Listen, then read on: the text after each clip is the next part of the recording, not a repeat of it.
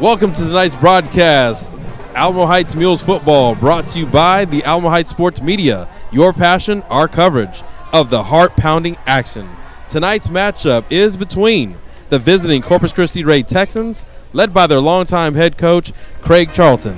The Texans are coming in to this playoff contest for the first time since 2018. The Texans will be tested tonight going against your Alamo Heights Mules, who have remained undefeated this season with a record of 10-0 overall and 6-0 in district play. This home game should be the last one of the season for all the seniors and fans, but the Mules will begin their trek for the promised land to Arlington, Texas tonight, trying to defend their honor.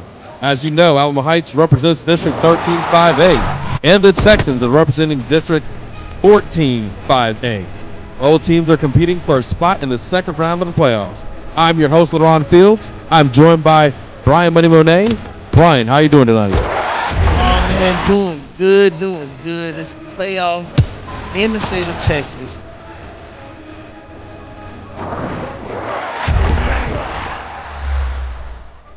It's a great day to be a mule. LaRon, thank you for that introduction, man. It's feeling good today. We got playoff football tonight in the state of Texas. You have a story. You know, this is one of those things where I love the pageantry that comes with football. You have the Corpus Christi Ray team coming in 2-8. You know, you can really write the narrative that they're the little engine that could, right? They made it into the playoffs. We love to see, you know, the story of the underdog, but they run into a behemoth tonight. So it's going to be interesting to see just how that game plays out. Well said, Brian. As the Mules enter the field tonight, the smoke is smoky and it shall clear. The lights are bright. It's dark. It smells like the playoffs. So, Brian, you said the little engine that could. 2-8's a hard stretch, my man. Let's just put the cat out the bag and let's let the roosters roost. The Heights Mules, right? They're ready for this. They're not only ready for this, they know what time it is. They are doing the Shador Sanders. They got the wrist up. They are saying it's our time because they are the veterans. They are we've been here before. I said in the intro that this is the Texans' first time in 6 years. These kids were in the 6th grade. So, or if not the 5th grade, because some of them are very young. But they're coming up here and they're going to give everything they can. And you're going to break down to see who we should watch from Corpus Christi. Man, I think that's spot on. But let's go ahead. We're going to pause for the presentation of our nation's colors. As the Alamo Heights Mighty Mule Marching Band pays tribute to this great nation, our men and women in uniform throughout the world, and all our veterans with the praise of our national anthem. Okay, here's our crew. This is us, right? Y'all are right here. Good. Is there somebody else right over there?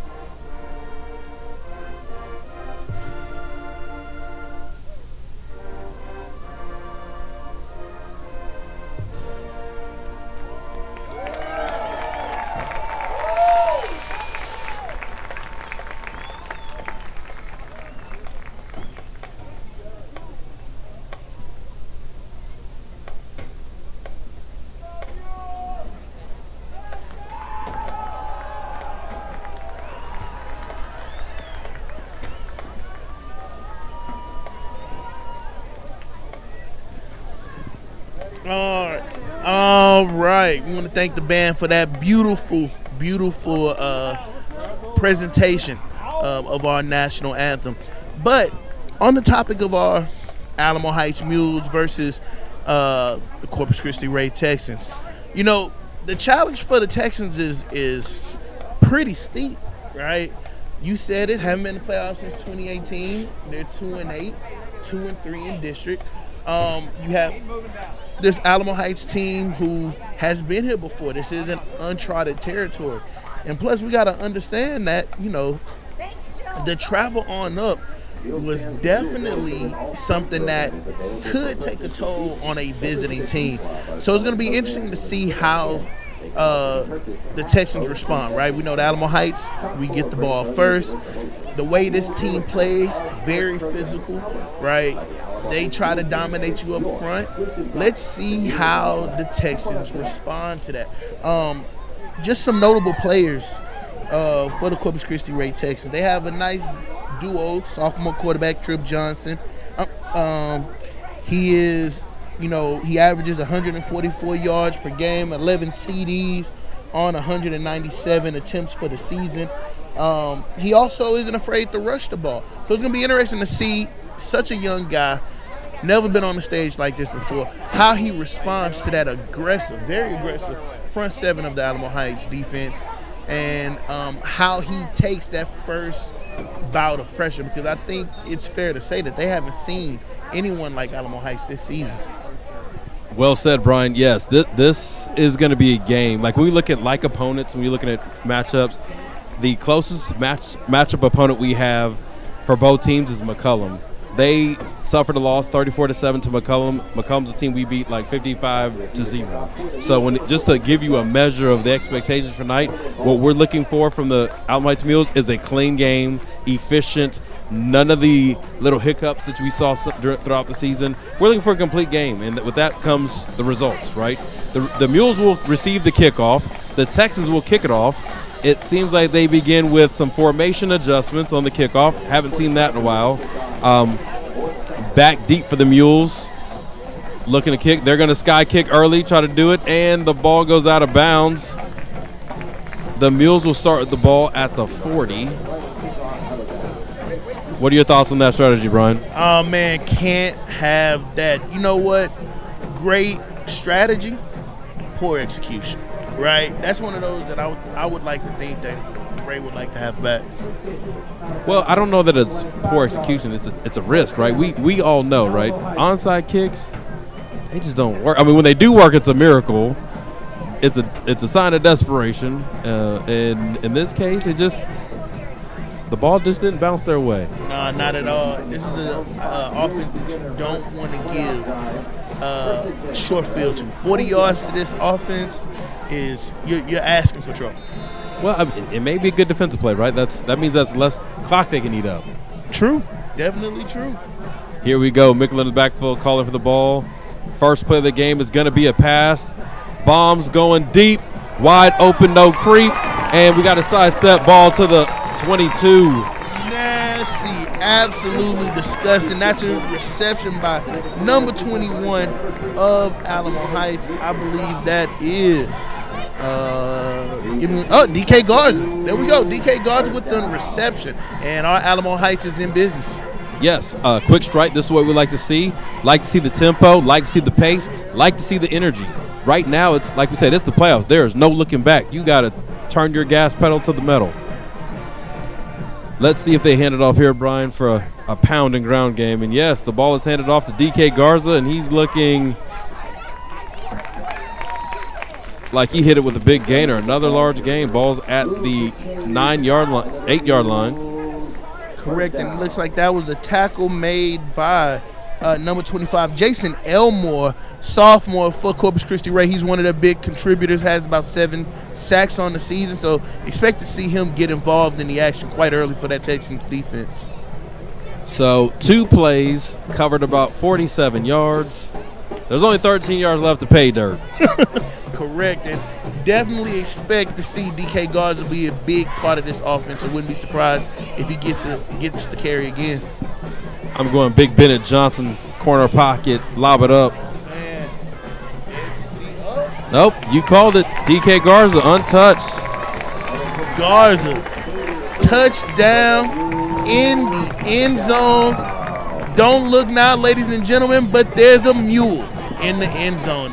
Go ahead and put 6 on the board, and the Alamo Heights offense wasted no time making their presence felt early. You know I don't like correcting you, Brian, but as a math guy, that would be 1 minute and 19 seconds is what they efficiently marched down the field to get.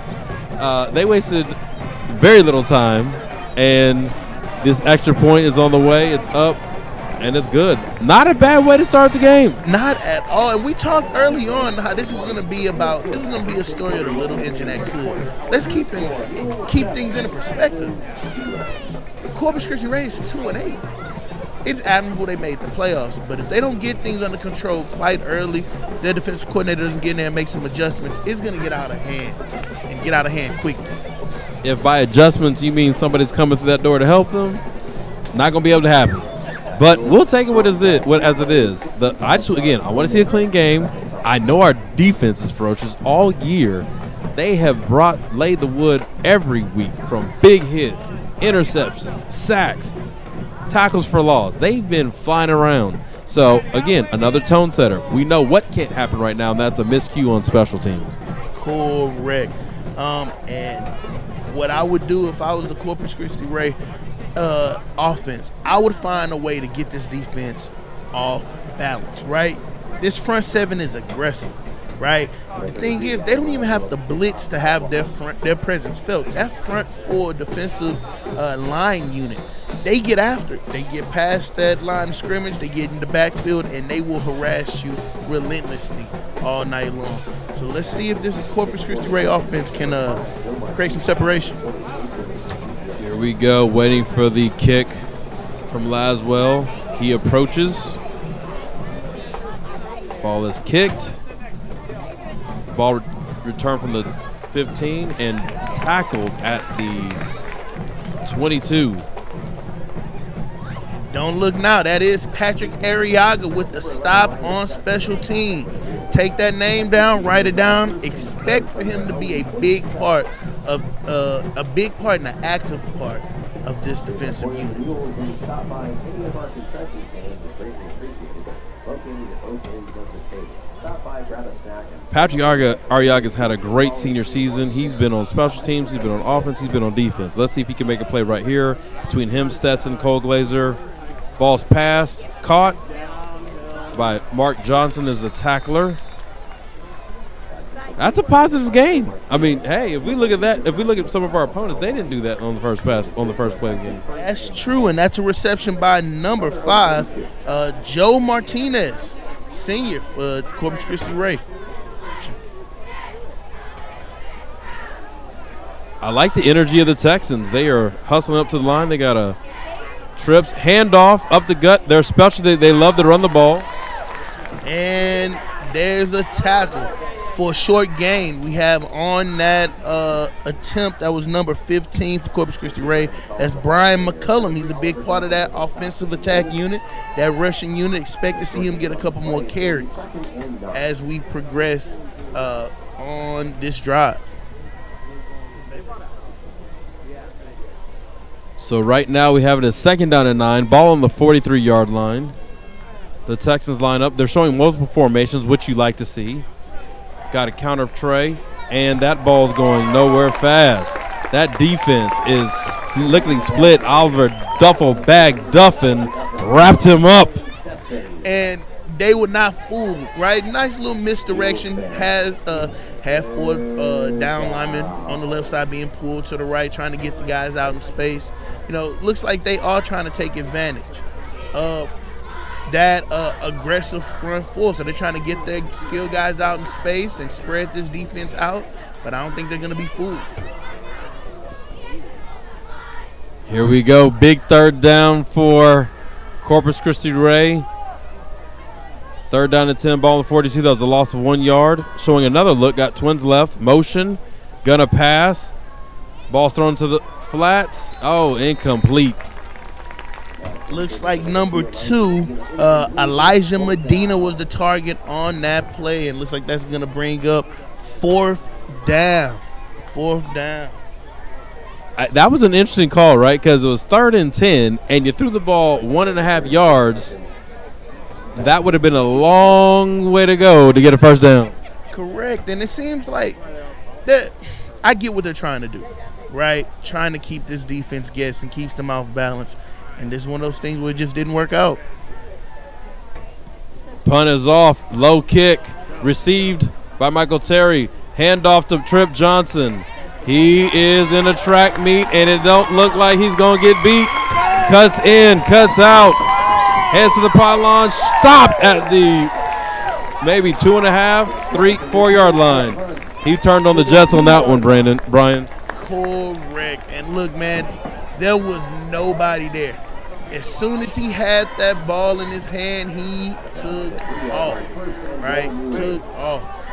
You know, we talk a lot of times about special teams being special, and as of right now, we're seeing this Alamo Heights team just winning on 2 out of really all 3 phases of the game. You could have said it better. Winning in all 3, and speaking of 3, the ball's at the 3 yard line, 8 minutes and 34 seconds, and we're at the door for another score. So we're on pace.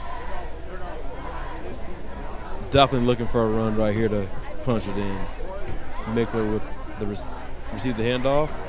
Ball up the gut and into the end zone. Touchdown, Alamo Heights. Holy smokes, man. That is probably one of the quickest. 14 points. Well, we'll see if it's 14 after this extra point, but quickest 2 touches I've seen. I think we've had the ball for a total of a minute and 25 seconds, and we got 13 points. Like you said, pending the extra point to get to 14. And it's up and good. I was just showing you, Brian, a score that we saw from playoff action last night. Davenport Wolves played Manor New Tech. The score was 91 points for Davenport and 18 for Manor New Tech. I didn't know a coach would have the guts to do that. 91 points. Coach, just go ahead and start that bus. Let me go ahead and, I'm going to go ahead and get in the bus, sit down somewhere. I'm going to call mom, have a good conversation. 91 points. Well, you know what? They showed up. They tried. Well, listen, I was only bringing that up because the pace of this game, I doubt we'll hit 91 tonight. But it's just, man, when you see that, sometimes these first-round matchups, they're not for the faint of heart. Nah, not at all. And they can get out of hand early, right? Because you almost have a clash of worlds, right? We know not every district is made equal. Not every part of the state is equal in terms of the competitive nature of those teams that's playing over there. So just to kind of bring it to something that's relevant, right? Adjustments got to be made, or it can get out of hand very quickly. Sometimes you can't make adjustments. Like, if you're dealt a hand that you can't really get out of, you just got to fold them. And tonight, the folding's beginning. Kickoff by Laswell out of the end zone. That's a great kick. No return by the Texans. It's a great kick in the sense of they will get the ball at the 25-yard line, which means if they don't progress past the 35, we could be seeing another score for the Mules. Correct. So let's see. We saw that Texan offense did have a bit of success on their last drive, right? They got downfield. They did stall out a bit. They had some things that worked. So let's see if they can continue to lean on some of those elements that they found success with. You say that, and the first thing that comes to my head is that song, Lean on Me. When you're not strong, I'll help you carry on. And that's what the Texans will be singing right now to their whole team. Lean on me, man. Like, I'll be there for you.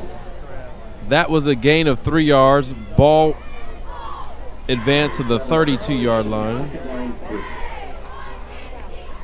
2nd down and 7 to go.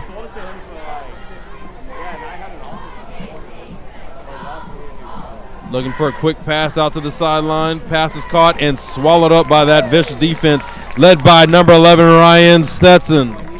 And that was number 5, Joe Martinez. That was the target there for the Texans, and there was nothing happening there. As soon as he got the ball in his hand, a gang of Mules were right there on top of him. It really does look like the Mules defensive players studied film because it's a pitch, it's a catch, and it's a reaction to a tackle. Well, I can attest, as the teacher of many, that they have been studying film to my chagrin. I didn't know economics had film study. Are they looking at the bell curve of what to do and what not to do? They're taking these real world scenarios and applying them to simplified graphs. The only thing is, those scenarios so happen to be film. Gotcha. Well, I can tell their graphs are working. It is 4th down and 4 to go. And let's see if this graph yields another punt and big run. Let's see if they make the right economic decision. Hey, correct. Well, it's looking like it's 4th down, and we have seen with this Texans offense again, they are trying to shy away from any type of play that requires them to go inside. The only thing is, first drive, those outside plays was working. They're not working on the second drive. Ball is kicked, angled out of bounds. Mark Tripp Johnson saying get away. They do. Ball will be marked at the 34-yard line for the Alamo Heights Mules. 6 minutes, 26 seconds remaining in the first quarter. Your Alamo Heights Mules 14, the Corpus Christi Ray Texans 0.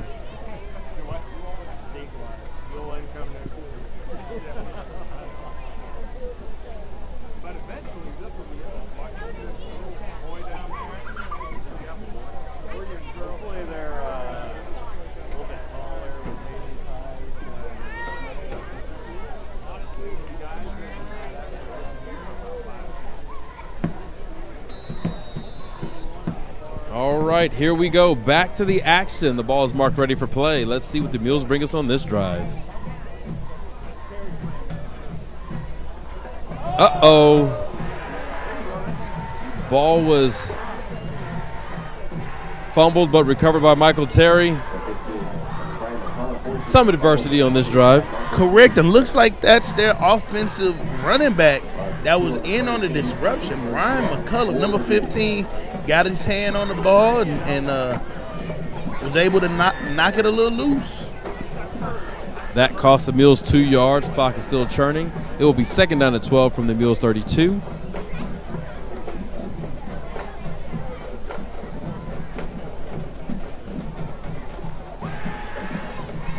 Mick with the ball and a quick sprint right to his left, Getting upfield, trying to run through 2 Texan defenders. Makes a large gain. That advances the ball to the 41-yard line. 4 yards to go on 3rd down from the 41. 5 minutes and 20 seconds and counting. What'd you think about that play, Brian? Man, I think that was a heads-up play by the quarterback, Robert Mickler, to kind of take what the defense gave him. So definitely be able to be interesting to see who gets the call on this one. Looking like the Texans sending some heat. Offsides or false start? Which one is it? If it's offsides, false start. The Mules are backing up. Which is interesting because I could have sworn the Texans impeded the neutral zone, which means if the offense moves, it's on the defense. There was a whole lot of dancing going on there by the Texans defense. So yeah, I think you might have missed one. That moves the ball back 5 yards. It's 3rd down and 8 from the 36. The Mules look to advance again on this drive to get a 1st down.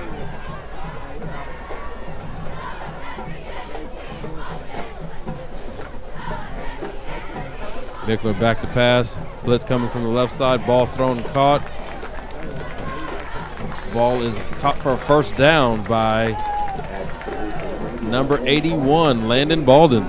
Landon Balden with the reception. Good job on Robert Mickler, knowing where his receivers were, taking again what the defense gave him, and prioritized moving the chains.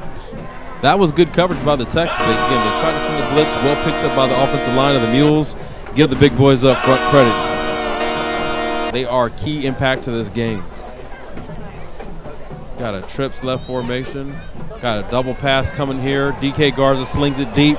Wide open to Landon Balden, who catches it and drops. He dropped it. Oh, man. I love the play call there. Too open. Sometimes you can just be a little too open. Now, it wouldn't have been 6. But, I mean, it would have been very sick. Oh, man, I know Landon wishes he had that ball back, but Great play design by Coach Barinko. Looks like he saved that bag for the playoffs because we didn't see that all season. Shout out to Mike Barinko. Mules line up 2nd and 10 from the 45-yard line. 4 minutes and 8 seconds remaining in the first quarter. Sprint right for Robert Mickler. Gains 5, gains 7, gains 10. Looks like a 9-yard pickup for Robert Mickler and the Mules offense. That's a staple we haven't seen the offense. We've seen him run up the middle. Now it's a direct run on the outsides, getting on the perimeter. They definitely must have saw something in film that thought they can get this. Correct, and it's nice to see this offense get into their bag a little bit. We're definitely seeing plays being pulled out that we didn't see being utilized during the regular season. And way heads-up play by Robert Mickler, right, to get down. He did a little bit of dancing. He didn't do too much dancing, but he definitely made sure he was aware where the sticks were. Here we go with another handoff. Picks up the first down and more. Looks like a run by Michael Terry, and it is. Slow and steady. We're seeing this offense be very methodical this drive, right? 2 to 3 yards here. Do a little check with the pass to keep the defense honest. 2 to 3 yards here, maybe 8 yards here. So they're definitely eating a lot of clock, right? Working their way down the field. Choosing to play smart. I like it. I like the command of the offense has right now. They're not in a hurry, which I still wish we pick up the pace a little bit. Another handoff. DK Garza sidesteps, picks up another gain of 8 yards. We're getting what we want in the running game, getting what we want in the passing game. You like to see it. This is probably the first game we've seen where this looks like the Mules of the past, where offensively, whatever we call, it looks good. It feels good. Even when we mess up, it's like, I see where you were going. That looked good. Now we're breaking the huddle. This is a great area to strike deep again as the Texans have 2 safeties split. Looks like we could probably get over the top. Another handoff up the middle for DK Garza, who's slippery, slips out of a tackle, keeps going, and pushes for a Mules first down. Absolutely dynamic run by DK Garza. And, you know, we talked about it earlier about this offensive line unit being very impactful this game. And I think that's really showing up. You know, we talked in previous games about the game within the game, right? And if you watch carefully, you look at that offensive line unit, they are having their way with the front 7 of the Corpus Christi Ray Texans. As it should be. Robert Mickler calling for the ball, receives a snap, and it's another sprint to his right side, getting upfield. He's probably going to have a record day today on yards rushing at the rate we're going.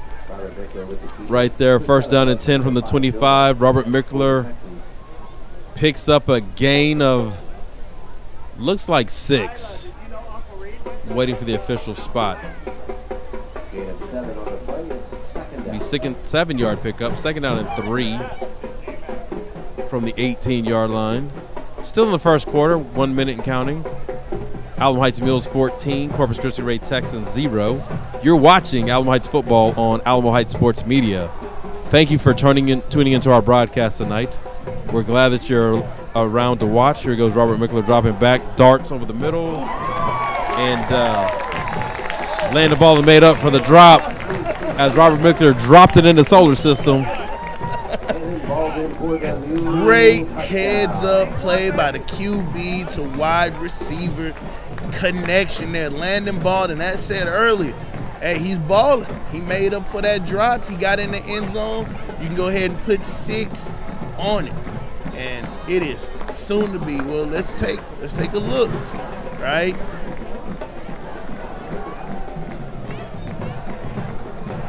All right, kick is up, and it's good. 21, the good guys. Alamo Heights Mules. Corpus Christi Ray Texans 0. We'll go to a quick break. You'll see some action on the field. We'll see you at kickoff.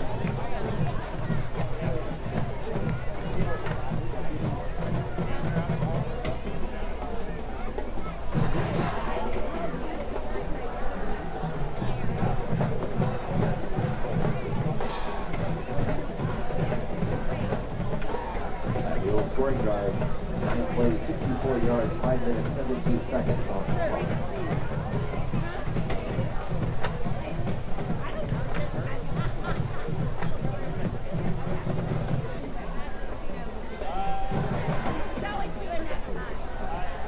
Corpus partner Broadway Bank. 1941, the Cheever family opened the first primary right here in Alamo Heights. With financial centers across the state, Broadway Bank provides modern mortgages, locally sourced, and personally delivered. Our corporate partner Broadway Bank, proud sponsor of Mules Athletics. Last one's a good job.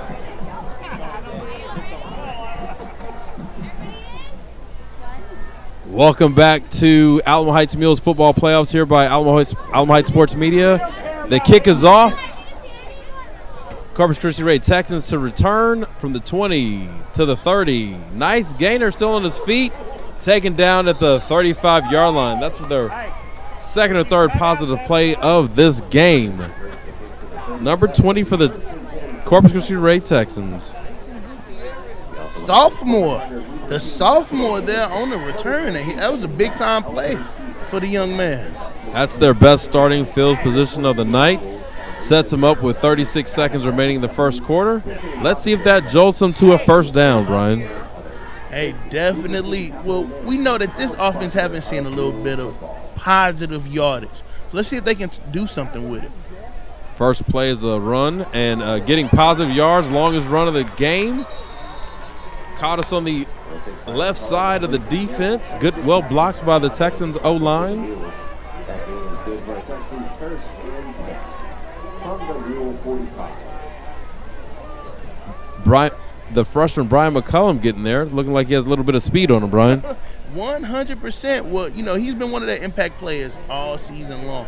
And it's rare that you see a freshman step in his first season of high school ball having this level of productivity he has had all season. Well, they trust him because they went right back to him. The only problem is they started that play about 10 yards in the backfield, so it was an uphill battle because he got tackled right at the line of scrimmage. He probably thought, I got this one, and it was shut down quick. Correct. Let's see if this young man can continue to have some level of positive productivity, right? It looks like he's still in the game, still lined up at the running back position. The Texans are across the 50-yard line for the first time of the game. The first quarter has come to an end. You are watching Alamo Heights Football Playoff Edition on Alamo Heights Sports Media. This broadcast is brought to you by the sports media team led by John Munoz. We'll see you after this timeout. Members of the Key Club are in the stands right now selling the Mules Illustrated All Sports program, chock full of great photos and information. The Mules Illustrated All Sports program is published by the Alamo Heights Mule Team. It is your exclusive guide to the Mules throughout the season and the playoffs. Pick one up tonight.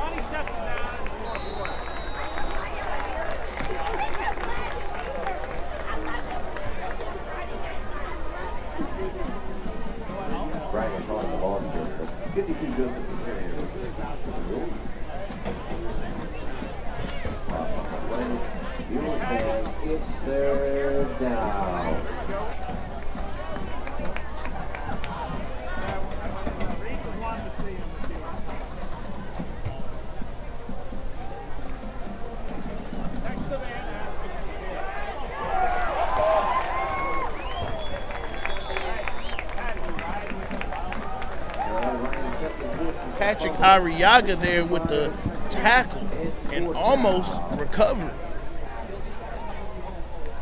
Definitely can't have that. When you're down 21-0, you definitely can't have those type of mental mistakes. And now we're looking at 4th and 15. So we saw Corpus Christi Ray come close across in midfield, and looks like that Alamo Heights defense slammed that door shut, and it looks like they're going for it. 4th and 15.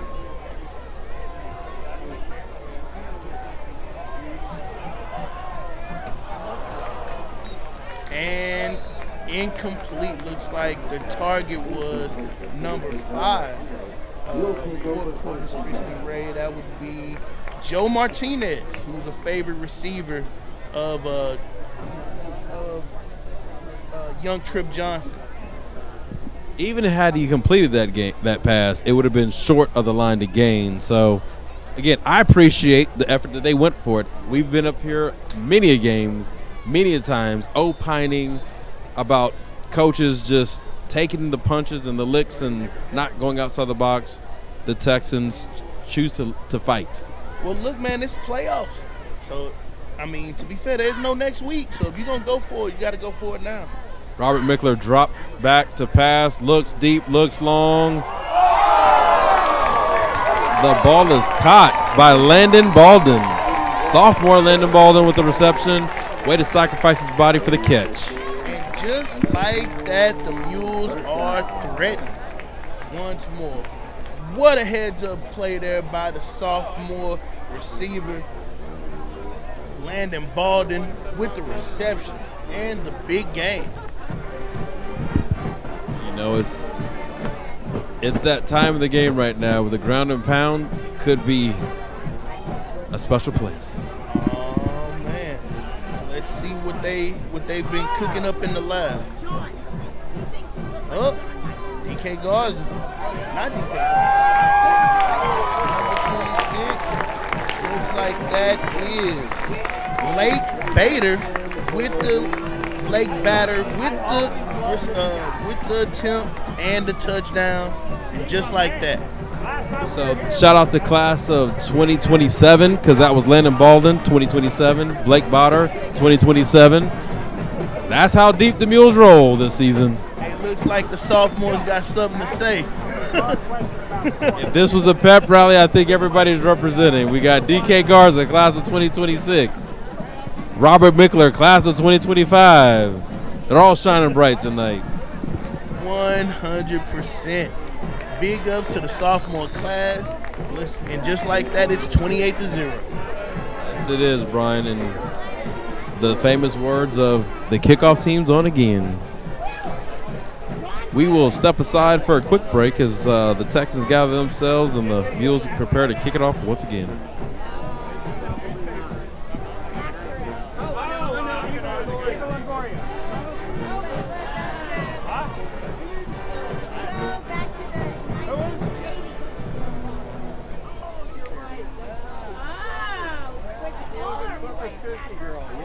Love me some pair of balls. I still got the poster, baby.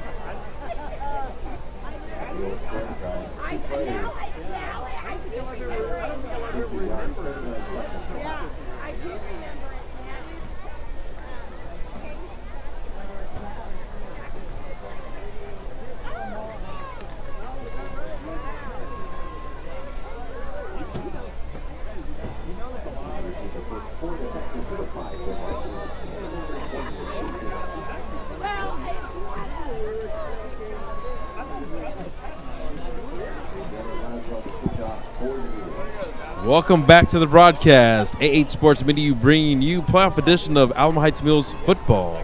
Kickoff is deep down the middle. Bounce pick up by the Texans. Return to the 20, to the 25, out to the side, up to about the 32-yard line.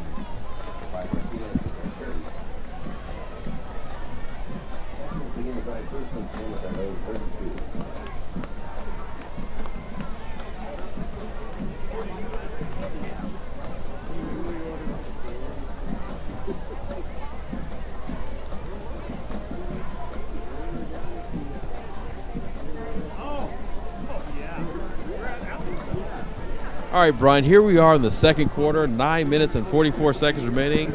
The Texans are in their offensive formation, trying to get something going. They hand it off up the middle. They break a few tackles, get a pretty nice gain for about 3-4 yards. That is true. And again, we see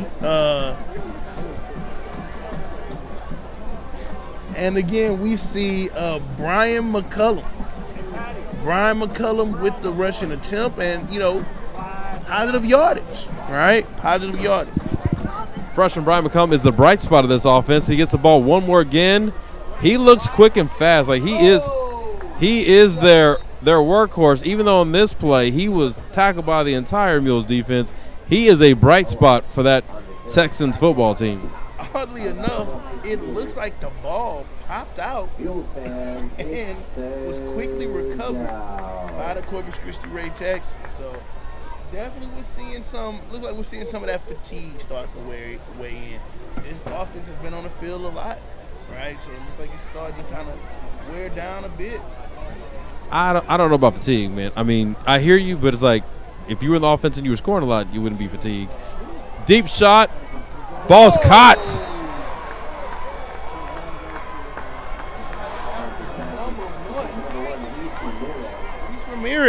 Reese Ramirez for the Corpus Christi Texans with the big-time reception.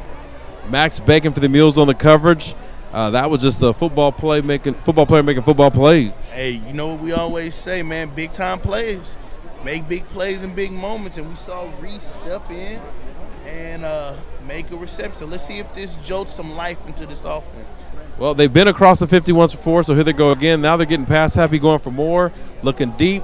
Ball's thrown, and it's caught again at the 10-yard line. Right now, the Mules are getting cooked in the passing game, partially because of the way they're defending the pass. That was not the most accurately thrown ball, but when you're not in good position, things like that happen, because that ball should have been picked off. Correct, and looks like that's Truman Thompson, brother of quarterback Trip Thompson, with the reception. That's the leading receiver for the Corpus Christi Texans, and here we go with the run to the freshman. And guess what, y'all? It's no longer a goose egg for the Texans. Shout out to the Corpus Christi Texans because, again, we've sat in this booth many a nights where the other team couldn't get across the 5-yard line, let alone the 50. And the Texans said, hey, if you're going to beat me down, I got to come with it. And they at least put some points on the board. They will not be going home defeated and shut out. Correct. And we said early on, talked about the little engine that could. You kind of got to give props to this Corpus Christi Ray Texan team, right? 28-0 is still 28-0. That's an incredible amount of adversity to feel. You think about it, it's a 3-hour trip. You're on the road. You're tired.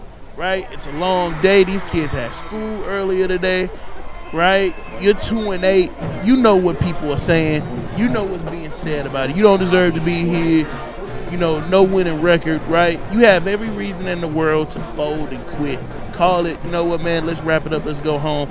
These guys showed up, and look at that. They got a touchdown.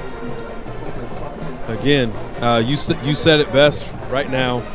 But you know what normally happens when you kick a hornet's nest? The expectation that I have is that hornet nest going to sting.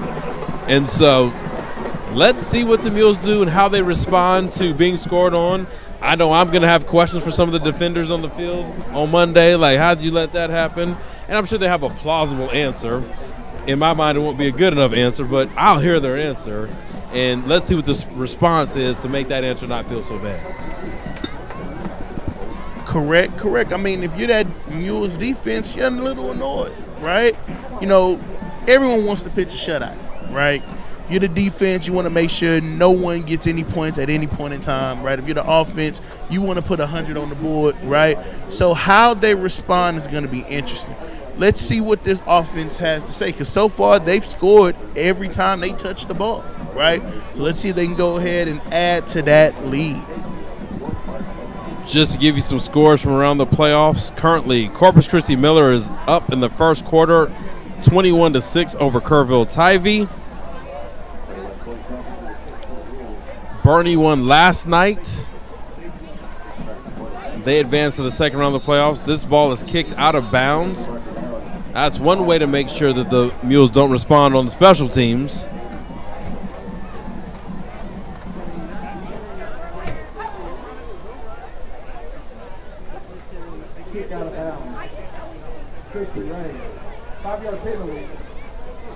Bernie defeated Corpus Christi Carroll yesterday 39-21.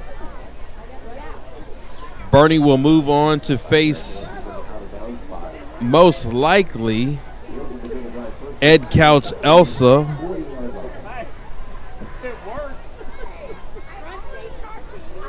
If not, Mission Veterans Memorial. Here we go, Brian, to see how the Mules respond. 7 minutes and 45 seconds remaining in the second quarter. Robert Mickler back to call for the ball. Receivers on both sides. Handoff again, up the gut. And guess what? It's that man in the mirror, Michael Terry, getting scary down the field.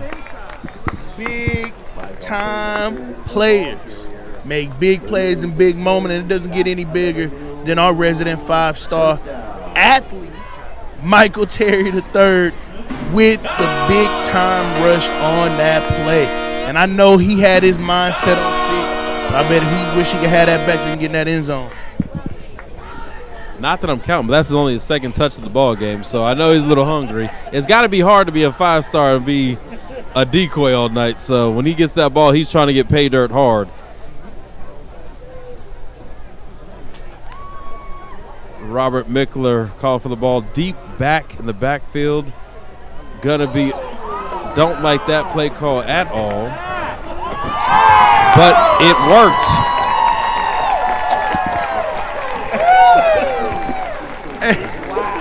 Hey man, this is one of those, don't question the system, only appreciate the execution. Definitely, but it's just like, if we got to do all that, man, that's just.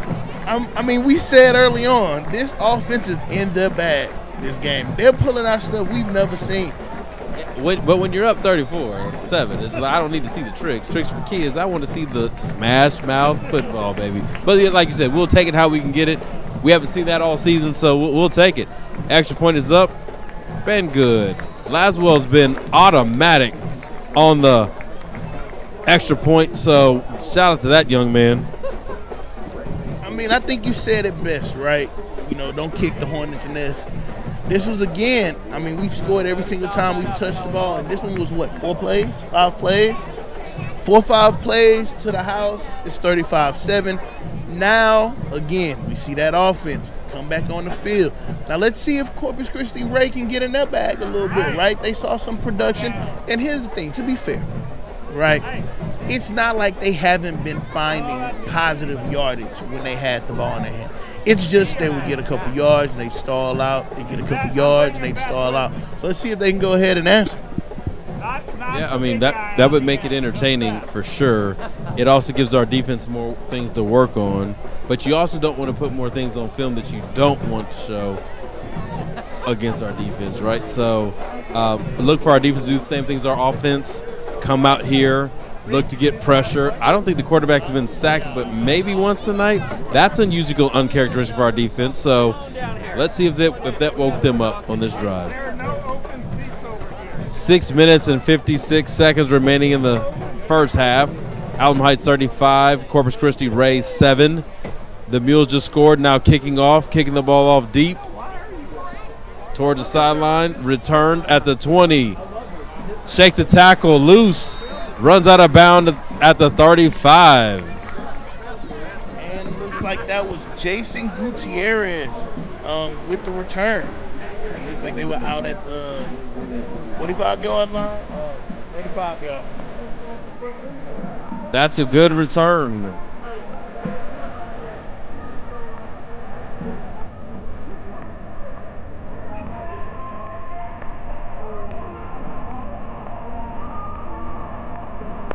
Right now, the fans are having some fun. Like I said, they like to jump around from time to time, and they're doing that. We got our associate superintendent, Frank Alfaro, out there jumping around with them. Here we go. Handoff by the Texans, stretching out wide are the Mules, and loss of half a yard. Looks like that was Brian McCullum, the freshman, with the rushing attempt there and tackled for a loss. So it seems like they're continuously going to that same player, utilizing their workhorse.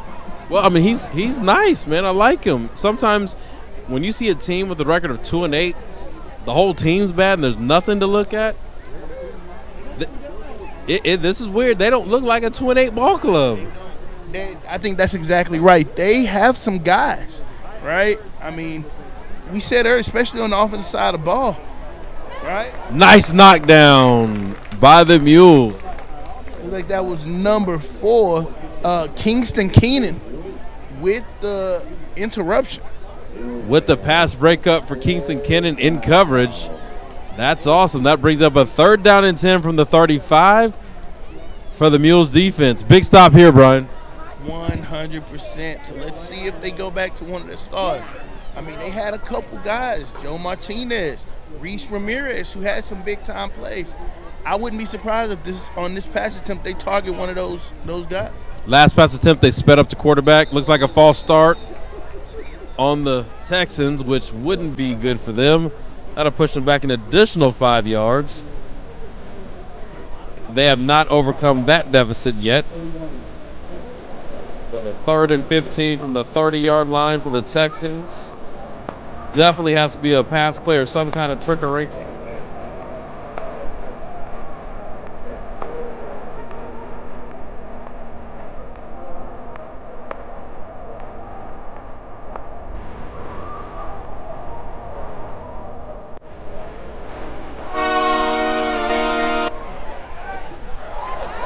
Interception by the Mules. Oliver duffel bag Duffin bagged him a 6-piece. And just like that. Bag on the play.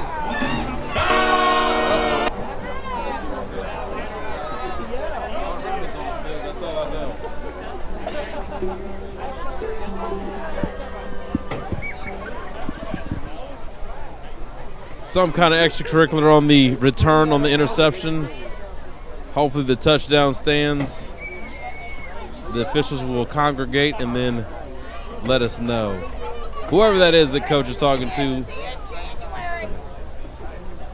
Max Bacon, who's an upstanding citizen, so I don't know that he did something. I'm looking at the replay.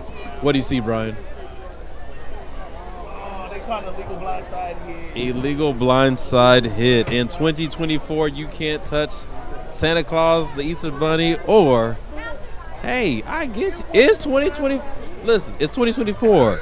If you have a helmet and pads on and you get hit when they don't want you to hit them, it's a flag. Ask me how I know.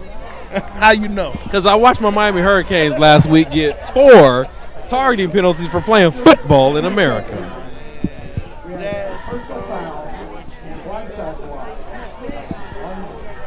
You know what? We asked the question at the beginning of the year, is there targeting in high school? Didn't know it, but 2 weeks ago, one of the defenders got hit with a targeting call.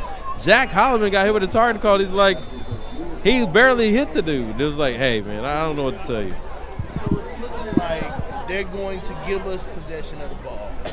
But they have to give you possession because that was after the intercept change possession. So all we need right here is the Mules to get that 6 points back. 5 minutes, 41 seconds left in the first half. Mills on offense looking to strike. Texans trying to bring heat. Hand off to DK Garza. 1 touch. Left side. Up the field. 1 cut. Getting loose. Touchdown. Unless I see laundry. You know, I'm going to have to be censored by the FCC because you know me. oh, my God. Holding on the offense. Holding on offense. Holy smokes, man. This is one of those things, right? You know, you're raised as a child. If you don't have nothing nice to say, don't say nothing. So silence. So ladies and gentlemen, we're gonna just go ahead and go on with the next attempt. But we're now looking at What is that? First and 9. First and 9. And okay, so it's a weird spot.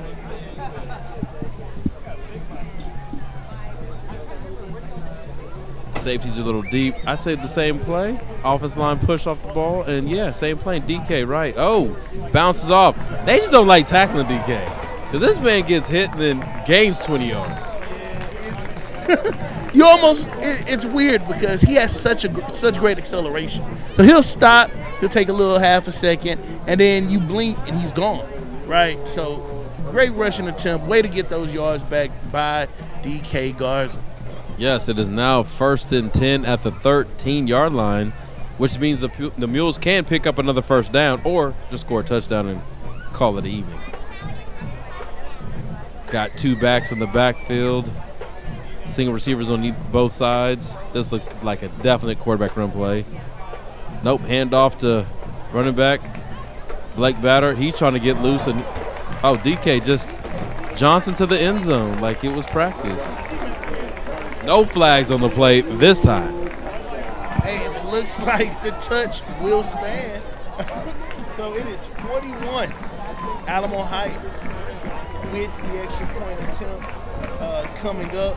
It's looking like it'll be 42-7. We got 4 minutes and 23 seconds left in the game. Oh, in the half. Brian, we are on pace to what I expected for the first half. We have 4 minutes and 23 seconds. Maybe the defense get one back. Ball is up. Good. Laswell straight down the middle. Thank you for tuning in to tonight's playoff edition broadcast of Alamo Heights football, brought to you by Alamo Heights Sports Media. You are watching the first round of the Texas State High School playoffs. This is the bi-district round. Winner looking to advance to the area round next week sometime after all the coaches do the coin flips and picking and choosing of locations and facility and time. We don't know if we'll bring you that broadcast or not. Everything's always up in the air. If we do, we look forward to bringing you our interview to your living room or your phone, wherever you are. Wherever you may be and however you may be, we look forward to entertaining you. The Alamo Heights Mules always keep you entertained, and we enjoy bringing the sounds, sights, smells, and tales of a football game. I don't know if this is the theme tonight, but they're doing a whole lot of jumping in the stands tonight. I done heard this song more times in my childhood tonight. Well, it looks like we're trying to, it's a little chilly outside. We're trying to keep the kids up, keep them motivated. Shoot, jump around. That's one of those classics. You never get tired of it. I'm over here jumping in my seat. It definitely is a classic, but I don't want them to ruin it. I'm at PTSD. Ball is kicked a little bit shorter. Fair catch-ish. I didn't understand that one.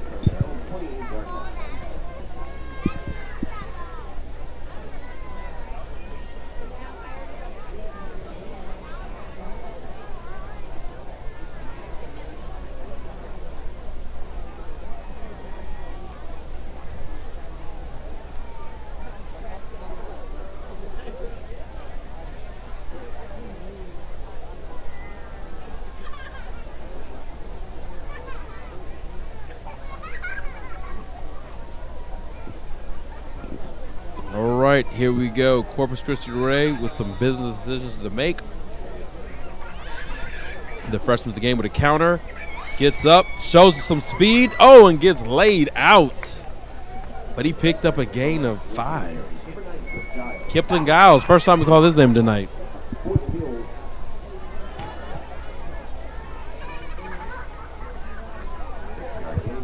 Six-yard gain on that for Mr. McCullum. He's been a bright spot for the Texans tonight.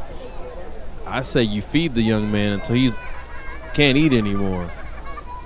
Drop back to pass, looking deep. Got some separation.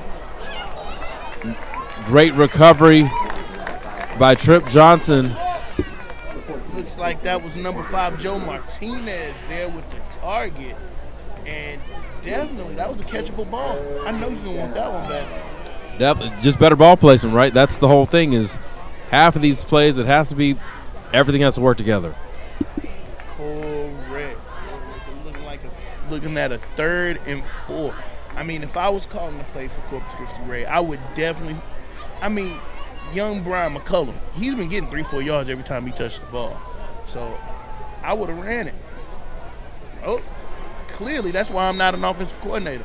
Looks like that's a reception made by Corpus Christi Ray. That looks like that's number 12. Truman Thompson, the brother of quarterback Trip Thompson. Yes, that is their leading receiver. That's a first down for the Texans.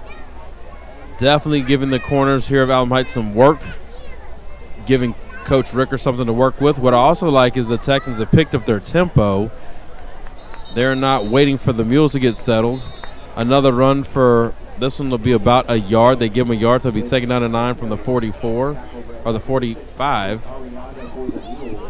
Correct, and I think they're doing exactly what you said, continuing to feed Brian McCullum, which is interesting because they do have a 2-headed monster there at running back, right? Brian McCullum gets some touch time. There's also Salinas, who's a senior running back, who gets a lot of touch time playing that position. So it's interesting to see them favor the freshman. I really did expect to see Salinas and McCullum going 2-headed, but tonight it's been strictly the freshman. All McCullum all the time. So it makes me wonder. I haven't even seen him in the games. I wonder if he's hurt. Could be hurt. Could be didn't. I mean, we don't know. We don't get those reports, and not that we need them. It's just the freshman. Again, like you said, it's rare to see a freshman with this type of ability and skill and poise.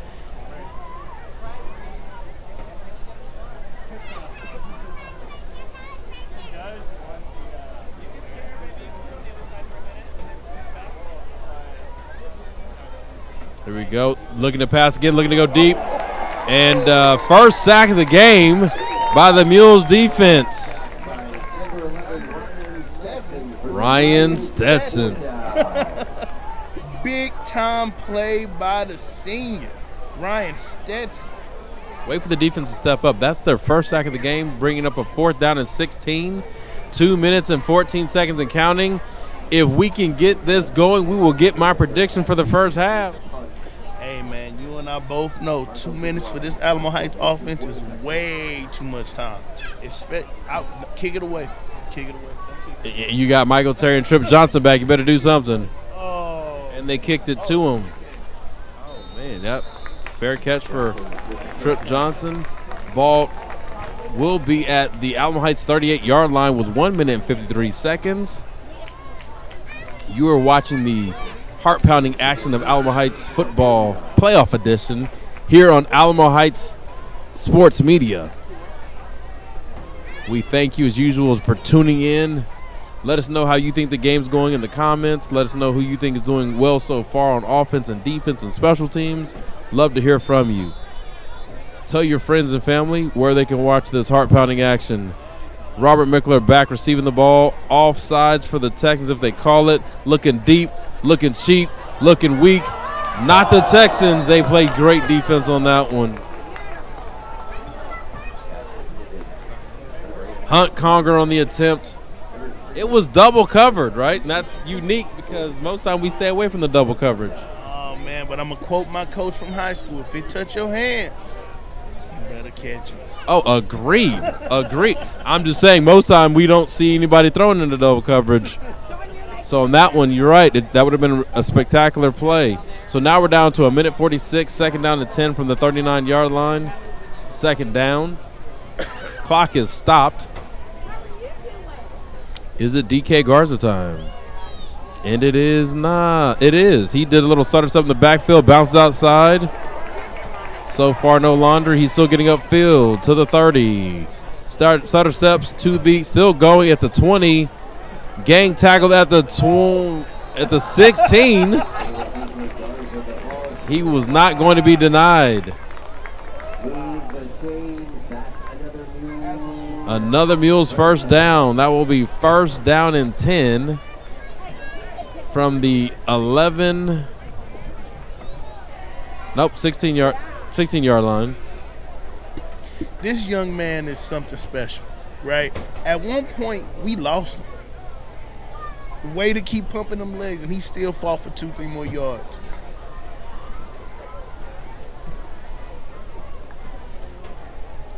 Texans trying to bring heat. Mickler back, flicks the wrist. Incomplete. I will say we have some interesting routes in this area, right? Everything is straight, nothing bends in the middle where it's wide open. Settle down the zone and get some yak. Have you noticed we don't really get a lot of yak? We haven't had a lot of yak plays tonight. Definitely. Looks like it's pretty much kind of go routes, right? So it'll be interesting to see if we decide to get a little bit of creative with the route selection. You know, as we move a little bit further into the playoffs, and especially on this side of the field. Here we have Michael Terry down at the bottom on the field side. May have one-on-one coverage. Another rush. And a touchdown by DK Garza. And just like that, man, we hit your number. There we go. We're 1 point away, but we're close. 48-7. Hey, I said it earlier. It seems like every time we touch the ball, this game particularly, we score. All right, so 49, 50 points going into halftime. 49 specific going into halftime. Something that. If we played our cards right, we could pull a Davenport because we'd be on pace for 98 points, but I know we're not going to do that. Well, it's kind of like they said, they got to stop us, right? I mean, we see, barring a couple plays, it seems like our offensive play count has been rather conservative, right? We're just going to run the ball and dare you to stop us. The only thing is, especially we saw with 2 plays ago with DK Garza, I mean, at one point he just stopped and was like, you know what, I don't want to go that way no more. I'm going to go left. He refused to be stopped. Correct. And it's just, I mean, you go until they can stop you. It's unfortunate. Yes, sir. So, again, it is 47 seconds remaining in the half. It is Alamo Heights Mules 49, Corpus Christi Ray Texans 7. We are going to step aside for a moment and return at the kickoff.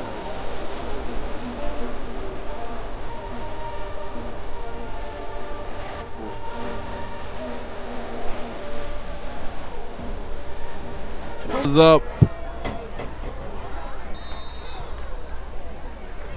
and spills out at the 39-yard line of the Corpus Christi Ray Texans. Brian, we have 45 seconds remaining in the half. What do you do right here if you're the Corpus Christi Ray Texans? Man, well, you got to try to find something positive. Get something positive out of this half other than we score, right? So, I mean, you have nothing to lose. My thing is you either take a deep shot or you take a knee, right? It seems like those are the only 2 options. I say you do both. You take a deep shot.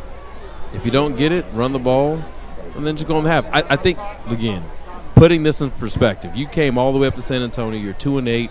The 2 teams you beat all season were not as good as you, and they finished 0-10 and 1-9. So this is somewhat a victory because you're getting experience. Here we go with the deep shot. Quarterback's hit as he throws. Ball goes nowhere. It takes 6 seconds off the clock. So they were trying to go for something. It didn't look deep because nobody was past the other 40-yard line. So right now, as if you're the head coach of the Texans, Coach Charlton, you might just want to run the ball. Give it to the freshman, see if he can break one or just get some yards and go from there. Correct. Or, I mean, this is one of those times you reach in that bag, you find that old Statue of Liberty, annexation of Puerto Rico, and then you see if you can make something positive happen with it. Their best throw deep. And look, they threw it. Has to be false start. Sometimes they stop it. There goes your annexation of Puerto Rico. It just ended on that false start. The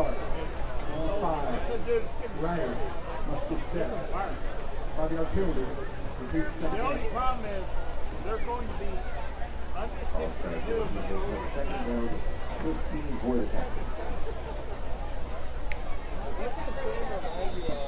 So here we go. I'd go with the draw. I'd go with something that's uncommon. We don't see draws anymore. That's crazy. Hey, man, I put that right up there with the fullbacks, right? With my men in the neck roll. find something unconventional, right? Yep. You got one right up the middle. Nothing was there. Looks like that was number 6. Patrick Arriaga there for the stop. Mules fans, it's third down. It seems like they're going to be content with just letting it run out.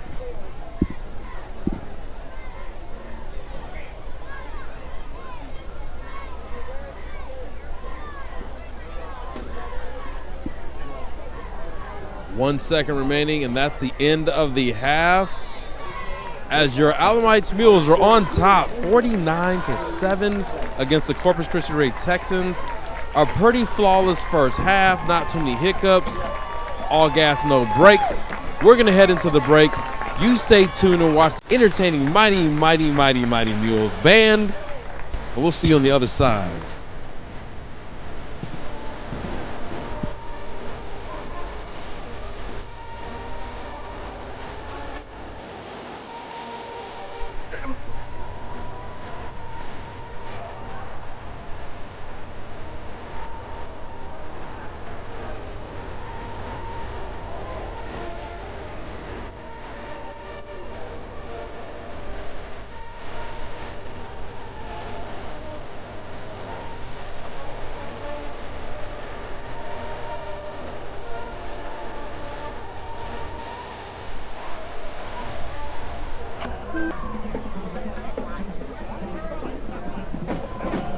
Ladies and gentlemen, please direct your attention to the 50-yard line as the national award-winning 2024-2025 Kentucky Red Texans take the field. Touchdowns are Social President Henry Bonnier, Senior Lieutenant Dave Alvarado, First Captain Michaela Gonzalez, and Colonel Alana Rodriguez.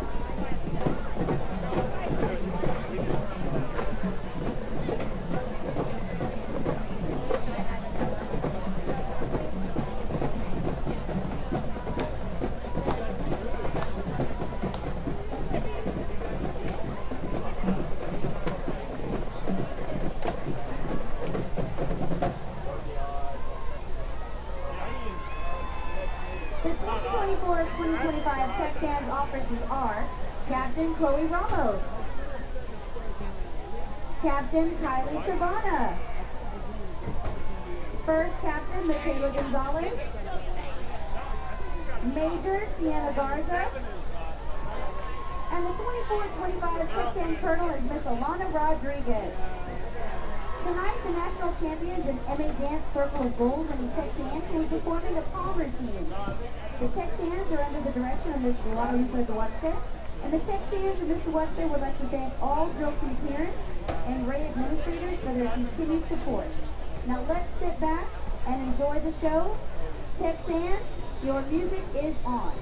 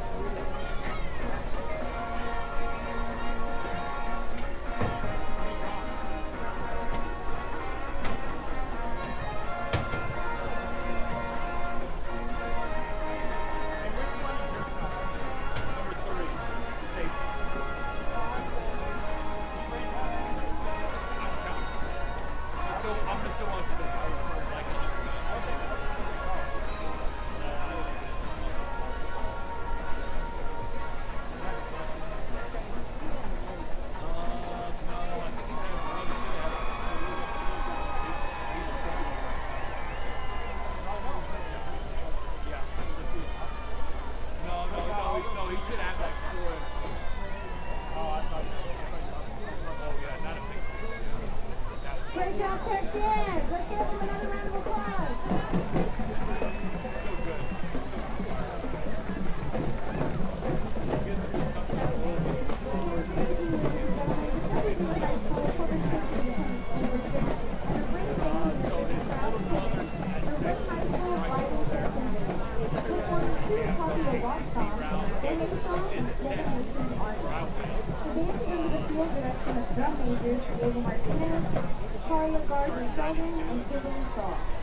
Drumline captains are Matthew Garza and John Ruiz. Color guard captain is Emily Gomez. The Ring High School Texan Band is under the direction of head director Felix Fernandez and assistant band directors Nancy Heck, David Banks Jr., Roger Vera, Eric Lana, and John Paul Tucker. Sit back and enjoy the fun, upbeat music performance by the Ring High School Fighting Texan Band. I've got 3 boys. My oldest one's here.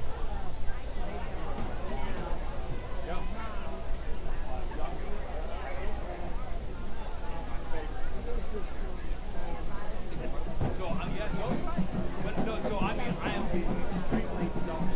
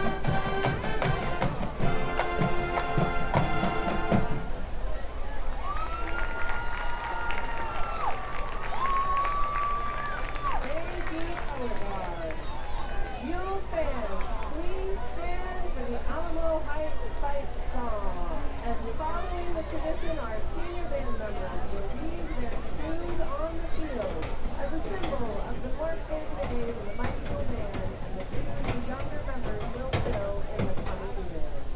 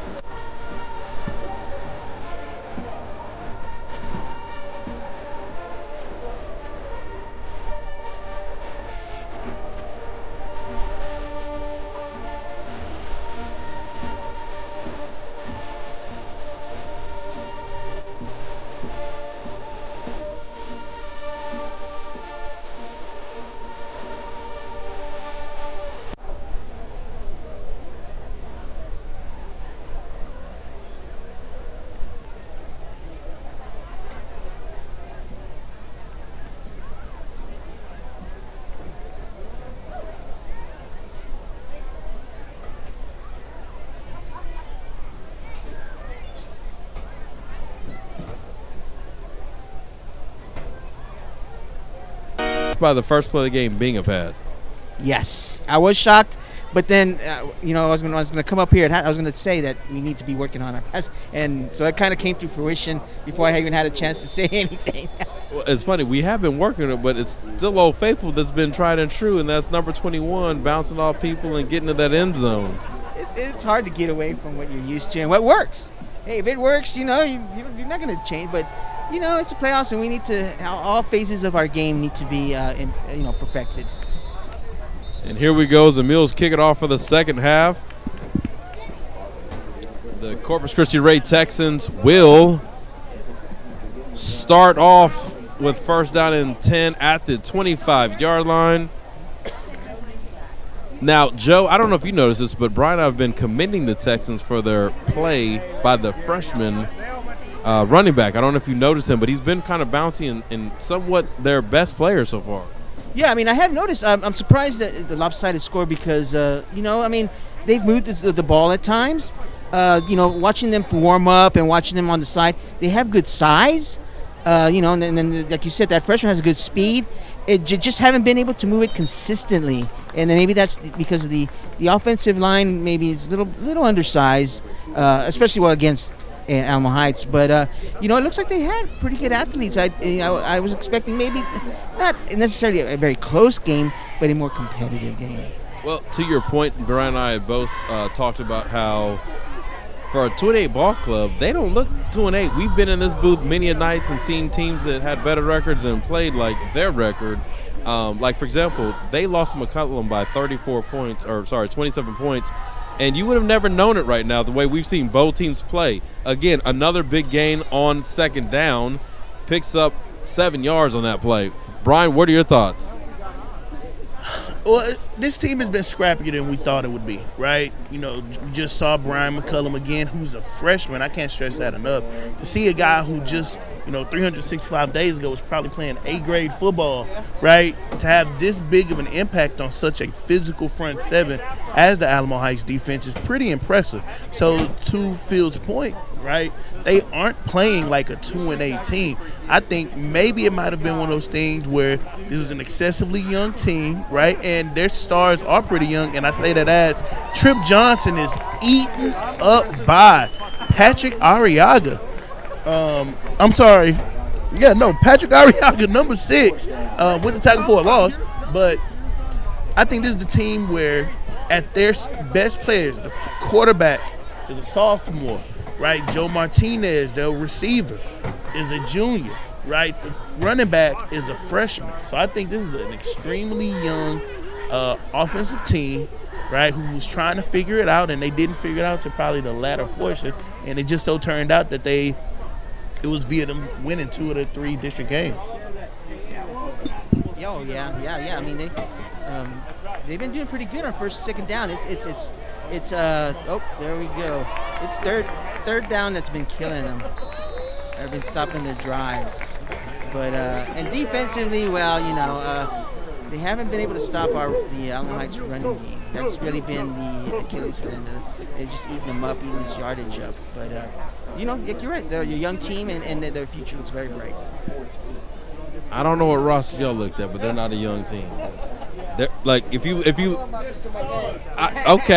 saying their one best player, their quarterback's a junior, but their leading receiver's a senior, and the other running back was a senior. But when you look at their history, right, 2-8's been what they've been for the past 8 or 9 years. They had 2 bloop seasons that were outliers where they were 7-game winners. On that last punt return, Trip Johnson just flipped the field. They might as well not even punted it because he ended up right where the ball was kicked. So, again. Well, their Trip is a sophomore, right? Their quarterback, Oh, I was talking about their quarterback. So, I think when you have, and we saw this earlier in the season, right? A young QB. The QB is the most important position in all of sports, right? As your quarterback goes, your offense and largely your team will follow. So with their quarterback being a sophomore, their running back being a freshman, a great freshman. Could you imagine when that guy becomes a senior? right? They're going to be pretty potent on offense, right? And then one of their main receiver, Joe Martinez, is a junior. I mean, even though all the other pieces might be seniors, this is a glorified JV team, man. It's kind of, and their defense, you know, respect all opponents, fear none. Their defense can't stop walking. Right? You have a defense that's a little bit more potent, a little bit more, you know, they're a bit more competent. And this team might be 5-5. I'm just saying, with a sophomore quarterback and a freshman running back, and then their main receiver, Truman Thompson, is a senior, but their second receiver, Joe Martinez, is a junior, right? They might be 5-5 this season. I just wonder about their lines, their offensive line and defensive line. I don't know what grades those guys are in, but they seem to be.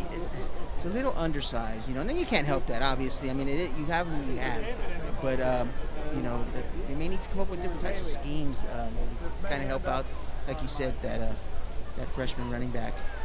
And here we go, and a score.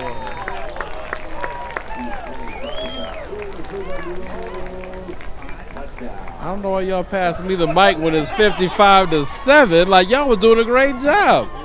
I was just checking scores. Y'all were having a love affair with Hope.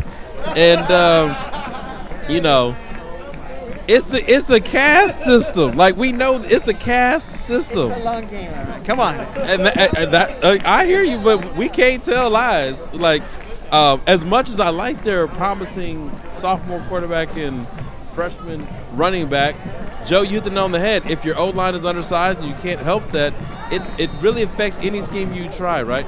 So I look at it like this. When we look at their district, as I was talking to Brian beforehand, you had Gregory Portland was the king of this district kind of thing.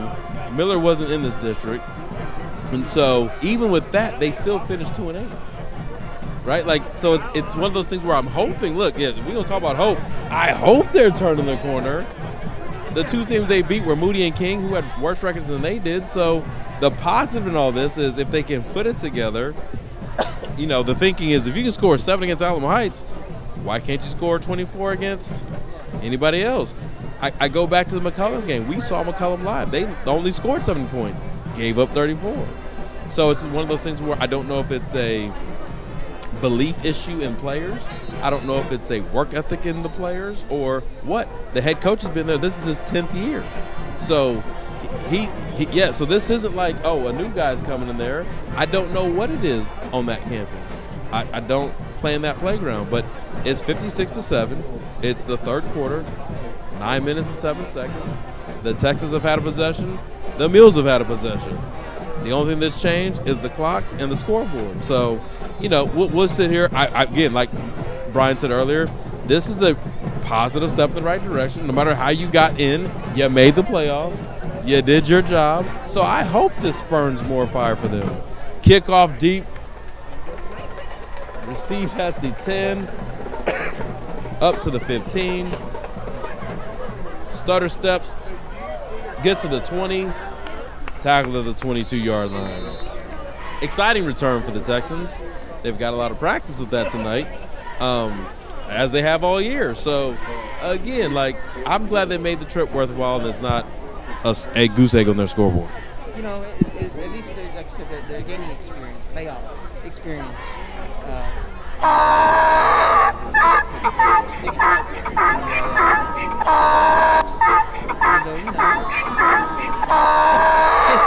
Putting it nicely is not that great, you know, but hey, you know what? Hopefully they can build on this experience of being in the playoffs and throw ring. There we go. Once again, up the middle. Rush up the middle. But, you know, it's good. It's all good. Hopefully. But you're right. I'm not that familiar with the district that they play in. A lot of those Corpus teams. I know a lot of them have been around for quite a while, you know, but and deep in tradition.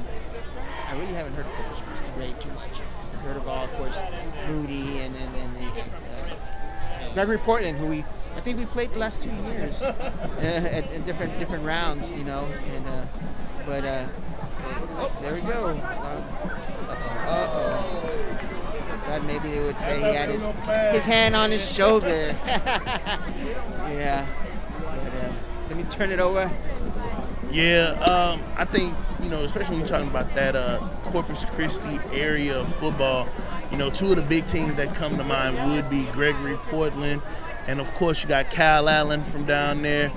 But just to kind of highlight some of the successes that, we saw, especially from this team, right? We talked about early on in the season, this team being more like the little engine that could, right? They have found some success with a little bit of the misdirection, right? Taking advantage of this aggressive front seven of the Alamo Heights defense, kind of getting their guys out in space. But it does seem like, they strayed away from that. I think they noticed that they were having a lot of success running up the middle with Brian McCullum. So they opted for that, the yards that they would gain from running up the middle, as opposed to getting their guys out in space. But to the point, right, generally teams coming out of Corpus Christi, we don't normally see Ray make an appearance in the playoffs, right? Nor do we see King. Moody, I feel like we've seen Moody on occasion, Miller, of course. But when I think about two of the big teams coming out of that area, that Corpus Christi, greater Corpus Christi area, would be Cal Allen, which I think Cal Allen plays 6A football. Oh, they don't. They play 4A. All right, I didn't know they played 4A. And Gregory Portland, of course, which we ran into in the playoffs, and they did give us a fight last year in the playoffs. Well, as you know, with the biannual alignments, things shuffle. Like I said, Corpus Christi Miller was with CC Flower Bluff, but CC Flower Bluff moved up to 5A Division I. That was their nemesis. Gregory Portland was in the district such as this, so they were the king of the district. This year now, Gregory Portland taking a back seat to Corpus Christi Miller, who is up wildly, 42-13 over Kerrville Tivy. That's a 4-versus-1 matchup the other way. Has Cal Allen always been 4A, or did they drop? They've always been 4A. They're not in a growth area. They're in a small town. Well, yes, but it's like the way it's situated. They're not in all the Corpus Christi schools. Either there's military, there's college. There's things that make it grow, or it's been there. Cal Allen just like a suburb. Yeah, that whole little area is interesting, right? Because since it is an island, right, it's not a lot of room. Like, I guess I didn't think about it until you, Joe. To your point, you said a lot of those Corpus Christi schools, they're a little bit more entrenched, traditional players when we're talking about football in that area. And then it dawned on me. I was like, wait a minute, man. The times that I've been down there, you remember that big old bridge you got to cross just to get there. And then, I'm big into, college sports. So I think about times that I've been to A&M Corpus Christi, and then asking folks around, they're like, man, why don't y'all have a football field? And they look at me straight in the face and like, bro, where we going to put it? Like, there's nowhere to really put a football field because, it's an island, right? So that is, try to think about that, that some of those schools are kind of locked in terms of population.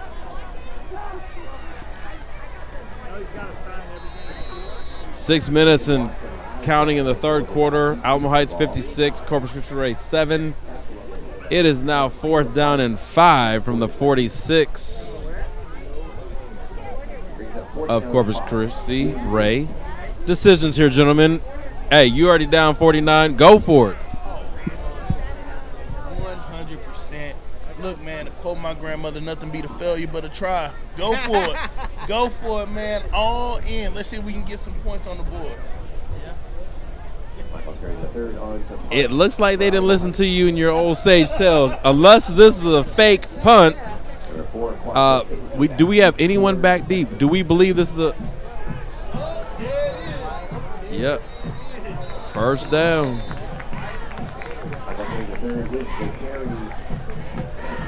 Not a bad weapon to have. Not that I'm counting. I know I said this earlier. That's only his third touch. Yeah. I was very surprised to see DK Garza. Why would you be surprised? He played last week. He didn't have a game last week. That's my point. He played last week. he was ready to. He's cleared for this week because he didn't play last week, but he also he practiced. He made it through. That's the one thing I loved about the bye week, right? Having that bye week then, giving time to get off their feet.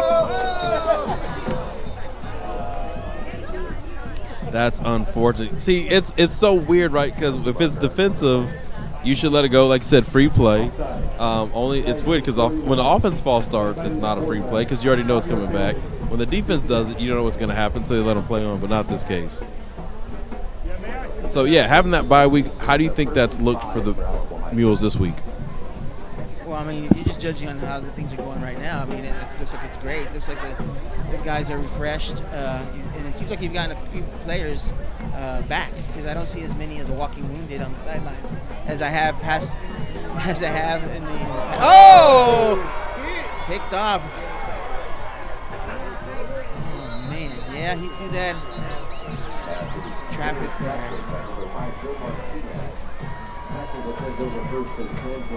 Our first turnover. I think our first turnover of the night. Interception.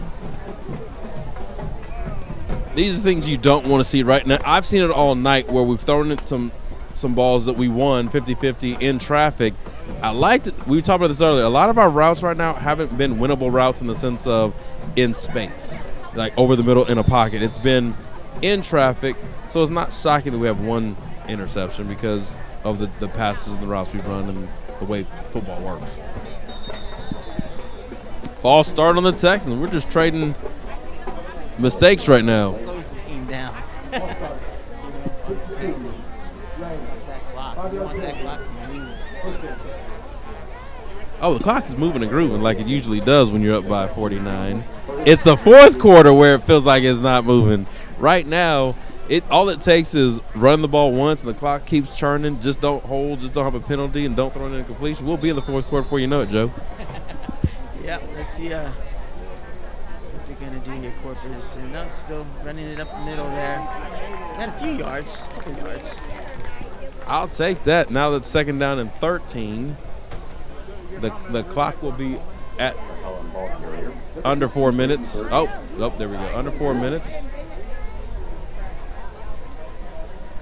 Second down.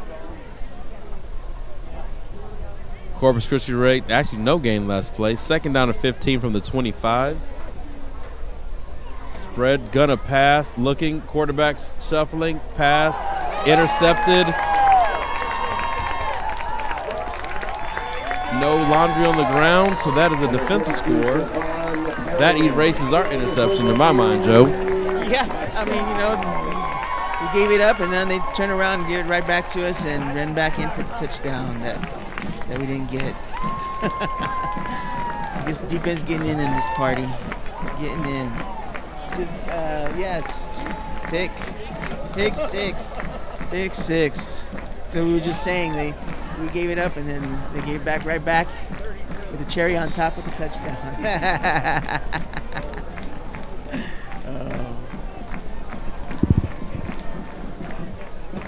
All right, looks like the kick is up, kick is good. So we're looking at 63-7. Now, I'm going to be honest. One of my concerns for this game, this is, of course, an Alamo Heights broadcast.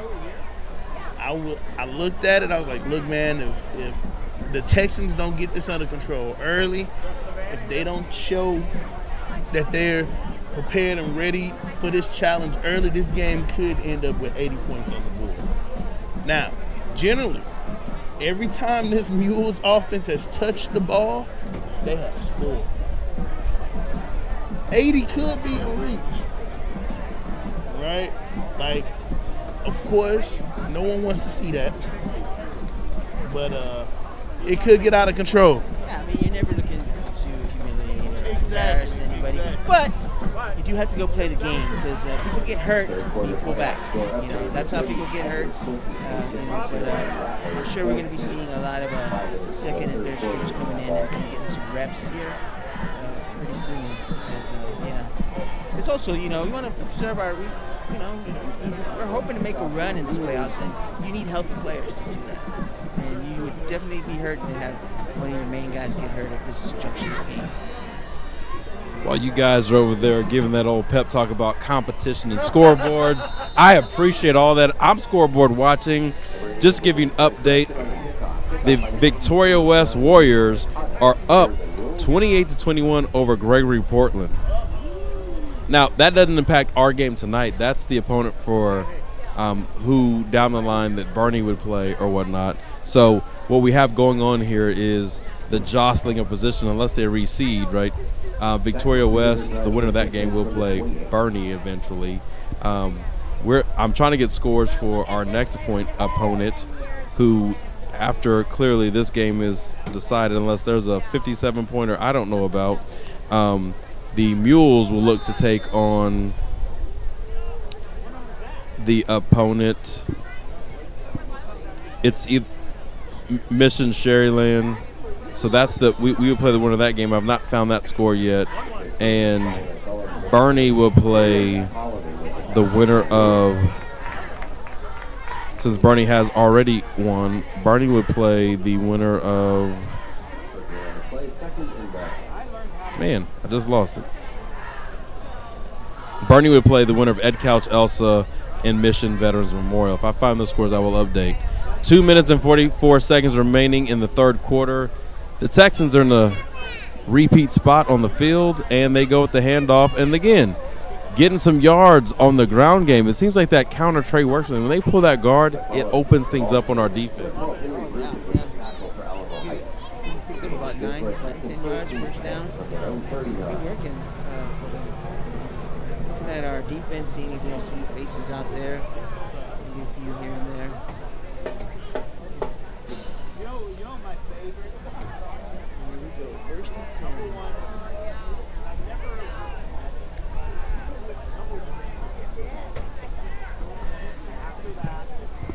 All right, so it's looking like, as of right now, the Mercedes Tigers are leading the Sherryland Rattlers 29-14 going into the third quarter.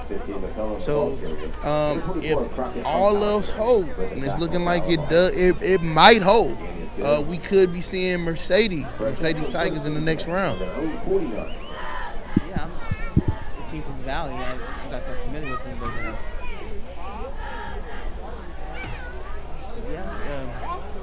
see where we'll play. That's probably going to be a neutral site.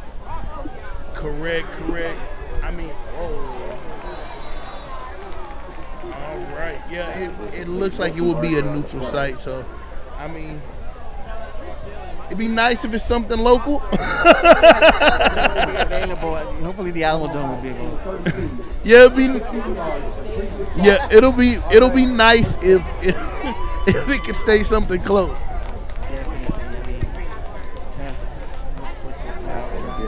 To the Valley. The Texans are marching on the Mules with 1 minute and 22 seconds remaining by any means necessary. They have not given up.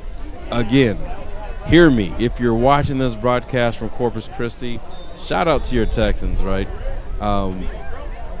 From our broadcast point of view, the things we get to see from other teams, most teams by now would have tapped out, quit, ran the same 4 plays 3 times over and over and over. These Texans are not quitting. So that's a testament to Coach Charlton and his staff keeping the guys up, making the most out of this trip. Because in this season, right, it's win or go home. The pads get put up, they get washed. You move into the phase of off season. This is a 6-week process. This is week 1. You take 1 week at a time. Everybody tries to go 1-0 each week for the next 6 weeks. And the Mules have that mindset today. But again, a testament to the Corpus Christi Texans as they come out on 2nd down and 5 from the 31-yard line. Looking to pass, moving to his right, getting yards, picks up the first down and more, and cruises out of bounds at the 10-yard line. Or it marks out at the 12-yard line. These are some good reps for our twos. To get them some action, because you never know. You know, football's a game of attrition. Somebody goes down and nobody step up. Correct. You know, I was kind of, just having conversations with some of our students earlier about this, right? You know, as Joe said, the hopes, right? Of course, it's the playoffs, so it's 1-0 every week, right? There's no guarantee for a next game. Brian McCullum scores, runs it into the end zone for the Raid Texans. Looks like we're going to go ahead and set up for that extra point. Looks like it's going to be 63-14.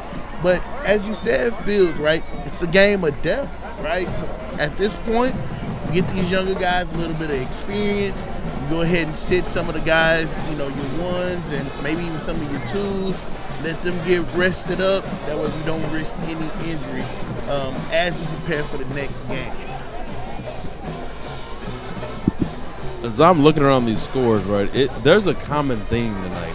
Texas is deep and rich in talent, and when it comes to this first round, it's nothing nice. I'm looking at the South Lake Carrolls, the Austin Westlakes. Everybody's throwing up a 49-piece at halftime. If we needed a sponsor tonight, Wingstop would have been the choice. Wingstop, Buffalo Wild Wings, Pluckers, sign them up, because this is what we see in Texas. Big scores. Everything's bigger in Texas. Except for when you get to the Churchill High School and Sotomayor game, it's 10-7. And they're at halftime. So that's a struggle there. San Antonio Reagan is down by 14. They're losing 27-21 to the Brennan Bears.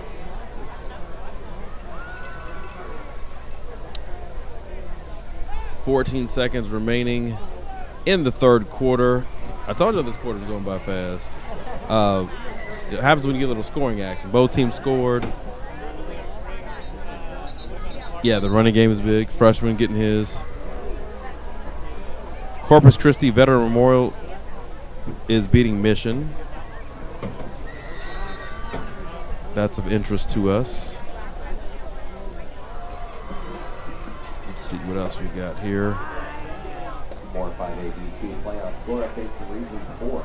Third quarter score. Smithson Valley is winning against South San. Southwest is defeating Seguin at this moment. Piper's winning. They're beating San Antonio, I guess Southwest Legacy 56-0. These scores update quick. I'm looking at Texas football, Dave Campbell's Texas football scoreboard. I don't know who's calling their scores, but they're getting them quick. Bastrop's beating Lanier 42-0. San Antonio Jefferson was actually leading their game 10-0, and since then, somebody turned on the scoreboard for Elgin. They're up 30-10. Another update in the Victoria West Gregory Portland back and forth battle. It is Victoria West 28 and Gregory Portland 28, tied, third quarter. Now here's a shocker. I know a lot of people in the Alamo community love names, right? They're an on-brand type of school. When you hear Liberty Hill, it gets everybody excited. I looked at the Dave Campbell predictions. They're nowhere to be found in those. And right now they're barely beating the Sam Houston Hurricanes in San Antonio 27-18. Yes. Wow, that's a shocker. With all the history that we have with Liberty Hill when they were,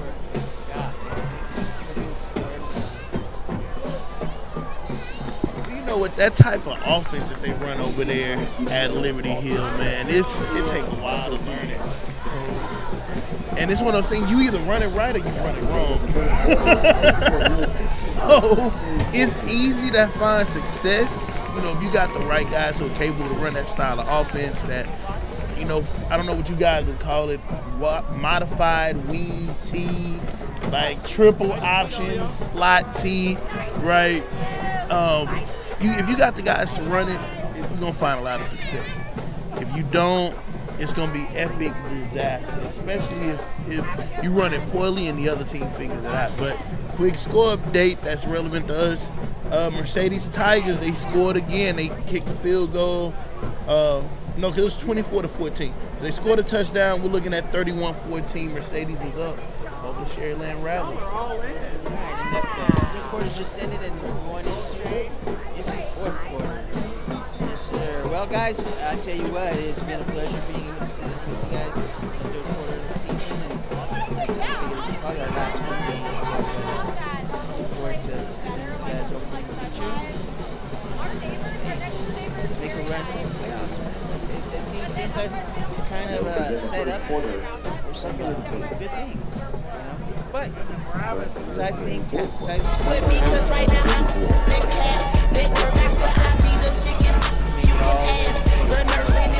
hopefully this will be the beginning of a great journey, and like I said, I really appreciate you guys. Sit in with you guys, talking about the games and chit chats, our banter back and forth.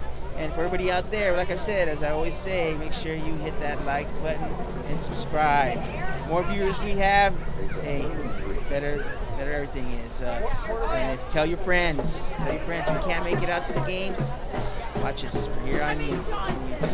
And the channel also, I believe, carries other sports, soccer. Sometimes they'll show some basketball games. So it's not, the channel's not shut down. It'll be continuing, and we have some sports coming up here in the future to watch. Yeah, just let your neighbors, let everybody know, so they can watch their favorite team, the Alamo Heights Mules.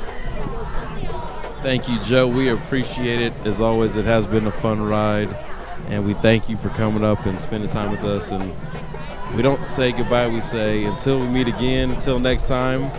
And if everything goes right, like you said, maybe it's in the dome, maybe it's on the throne. But either way, we're trying to get there. The Mules are still busting loose, trying to. This is what you like.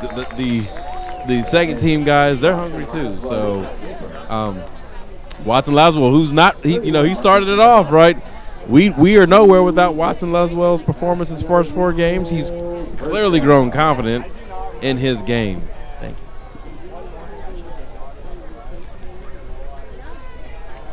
The Mules are threatening.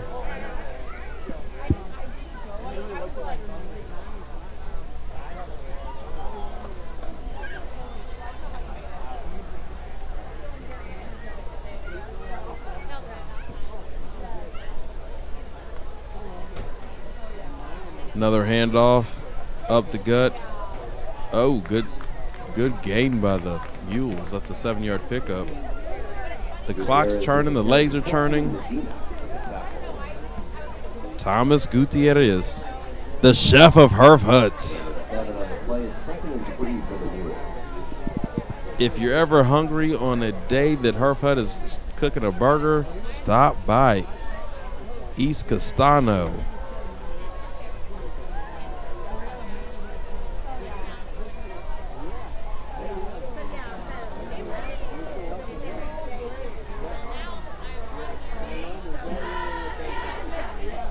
Here we go with another handoff.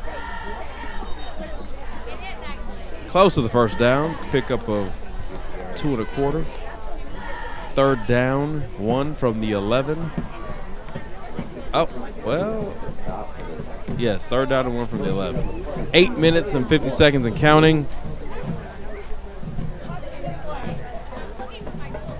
Texas is such a huge state. Trying to look at scores and see what's happening. You got to go from north to south to east to west. They don't have like a button that says which region, which area.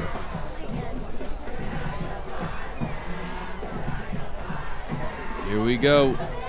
Off to the left side.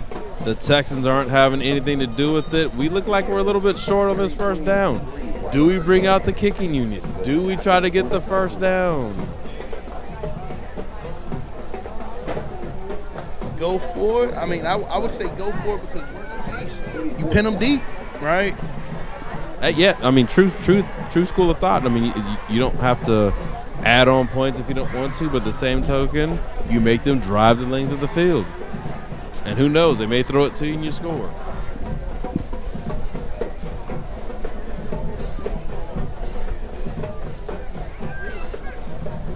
In the gun. First down looks like it will be had. It is. Move the chains. Thomas Gutierrez, the ball carrier. Move the chains. Let it use. First down. First down for the Mules. First down and 9.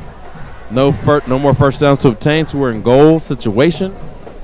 Correct. So it looks like this Alamo Heights offense is prepared to add to the score.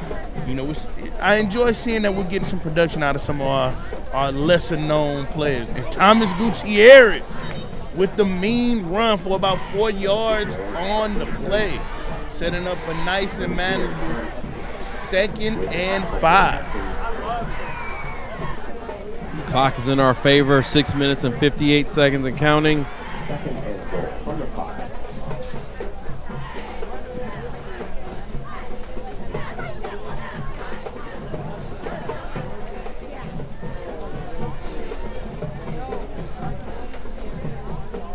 Another handoff up the gut. Gutierrez with the carry.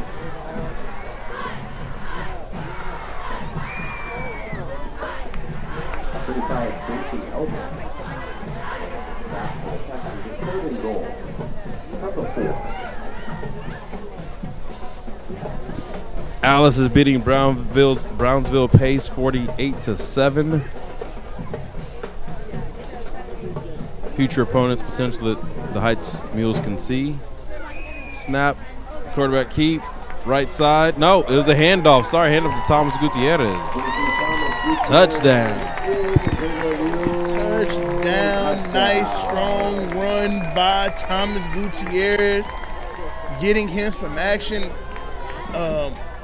Nice late in the game. Look like we're setting up for it to be 70-14.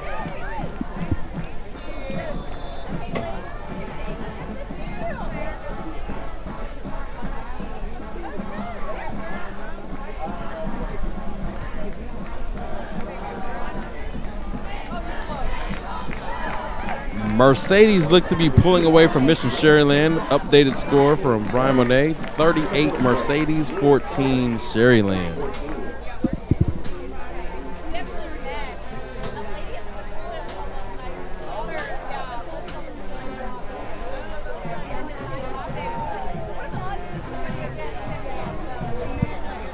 Why that's important is because we play the winner of Mission Sherryland and Mercedes, so it looks like it'll be Alamo Heights versus Mercedes next week.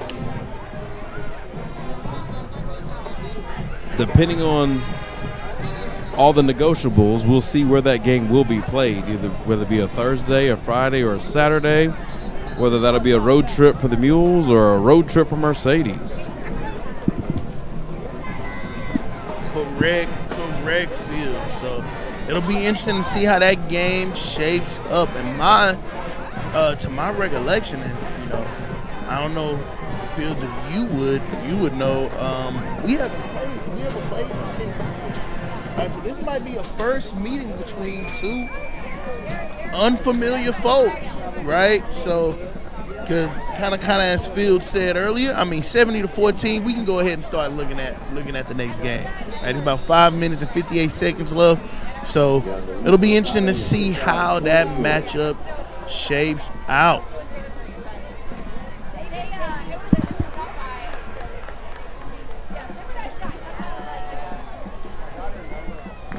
Corpus Christi Veterans Memorial 45, Mission 21. Stop for Alamo Heights. Texans are going to begin 1st and 10 from the 26-yard line.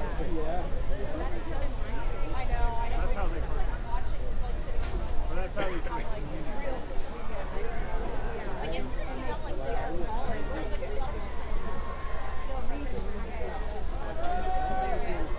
5 minutes and 48 seconds remaining in this game. The Texans spreading the field far and wide from number to number. Quarterback throwing to the open zone in the middle. Nice gainer, but the Mules, from the starters to the backups, all have something in common, Brian. That is roll call to the football and wrap up. 100%. So it's nice to see team-oriented play there. We had a gang of Mules there to tackle. Number 81 for Mercedes. Look, I'm already thinking past. For Corpus Christi Ray, that would be Ismael Nunez, the tight end, with the reception. All right. We got Corpus Christi Raider opting for the run right up the middle. Snuffed out immediately by the Alamo Heights Mules. That was number 15. Brian McCullough with the attempted carry. That brings up a 3rd down for the Mules defense, which isn't a bad spot for the Texans, right? Either you get the 1st down or you don't, but it's manageable. It's not 3rd and 15, it's 3rd and 2, and that's, again, another positive for Coach Charlton as he goes in the offseason, pull up the film and say, hey, look, we were in favorable spots. Handoff again, up the field, 1st down had, and more. Turning on the Jets, trying to get a deep run, and they do. Crossing over to the 50-yard line. Correct, and there you go again. Brian McCullum with the freshman number was called, and he did what he's been able to do pretty consistently all night, which was get positive yardage. You know, just thinking on my own, on very few occasions can I think this game that the running back out of Corpus Christi Ray didn't find himself getting positive yardage. So he was able to really, have his presence felt, up against a pretty stout front 7 by the Mules.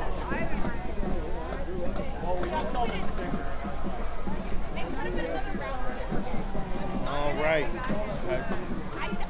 Trip Thompson looking downfield, pass falls incomplete. 2nd down. Bringing up a 2nd and 10 for the Texans.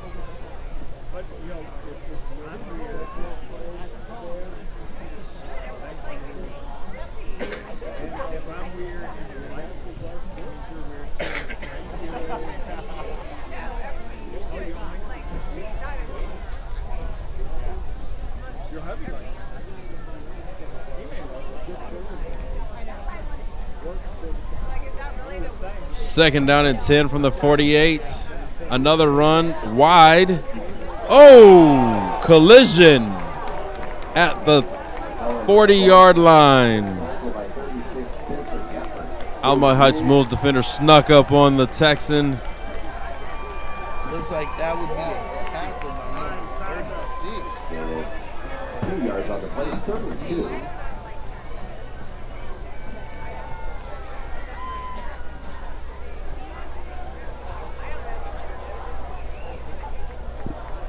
If you've been watching this game or keeping an eye on your Spurs and the Mules, unfortunately, only one team's going home a winner tonight, and that's the Alamo Heights Mules as the Spurs succumb to the greatest franchise in the NBA, the Los Angeles Lakers.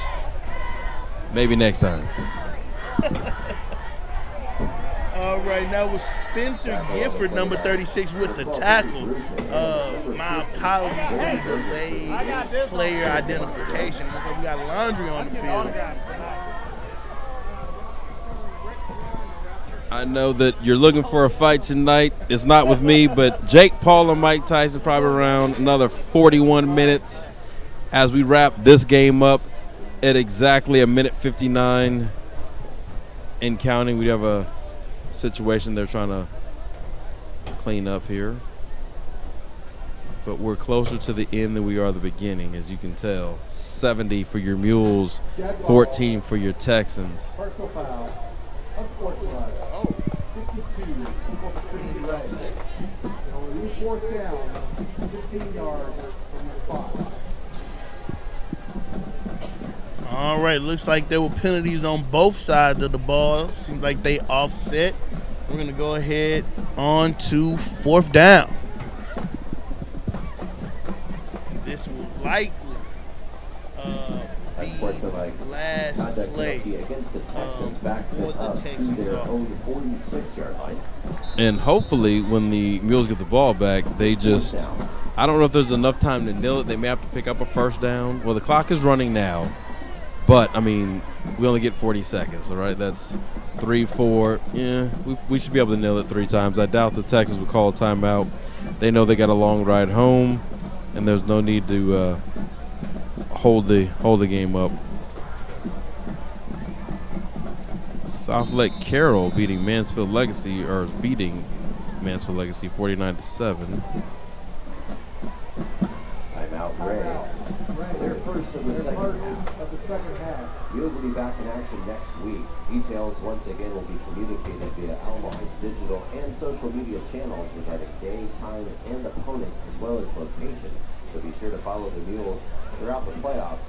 Stay tuned for details of next week's second round playoff. I was trying to find some of the Houston scores for like Richmond, Randall.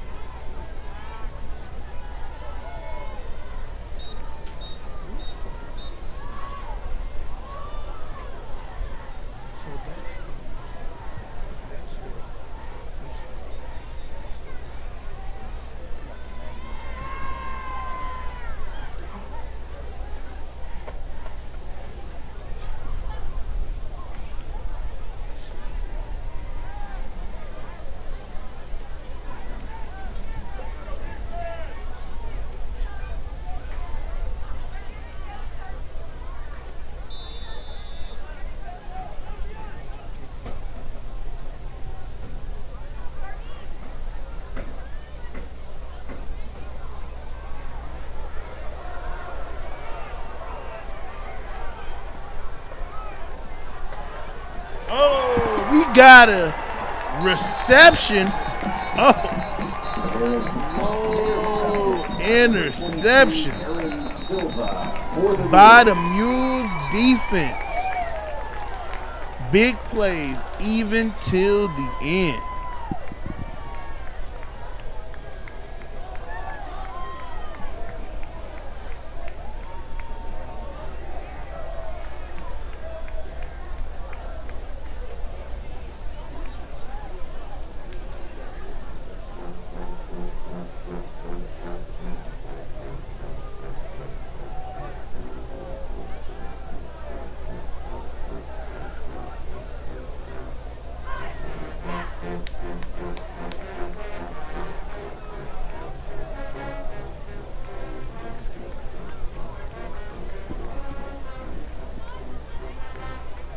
One minute and 20 seconds remaining in this contest before our Mules move on to round 2 to face Mercedes.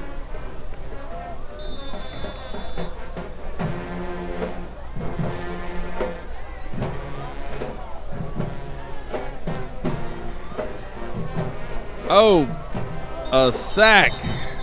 Interesting. It's like a run play. It doesn't kill us, but it's not nice to see.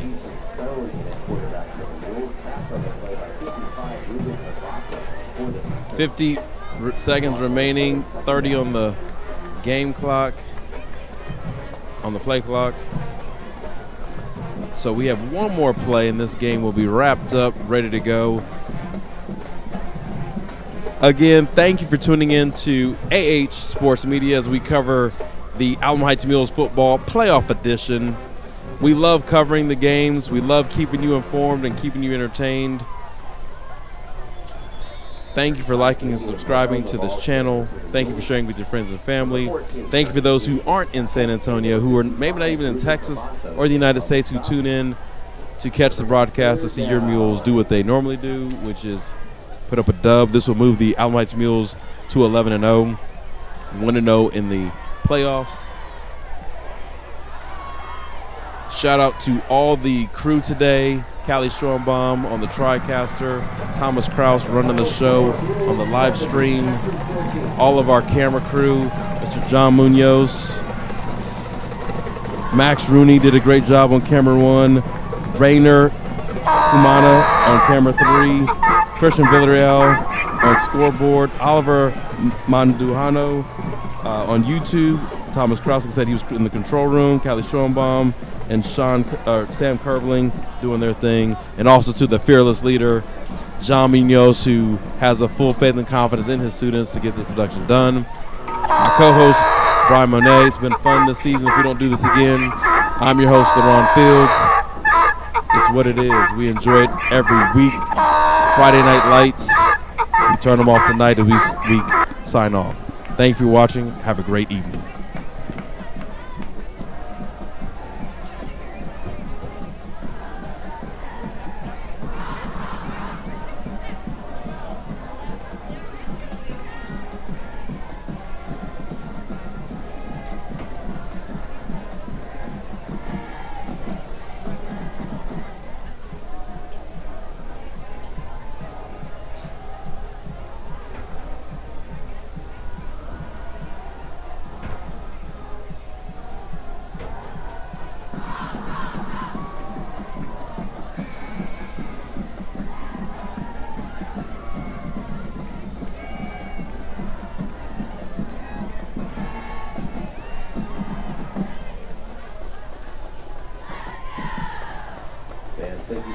tonight's game. For your safety, and that of the students on the field, the coaches and the officials, fans are not allowed on the field or running track after the game.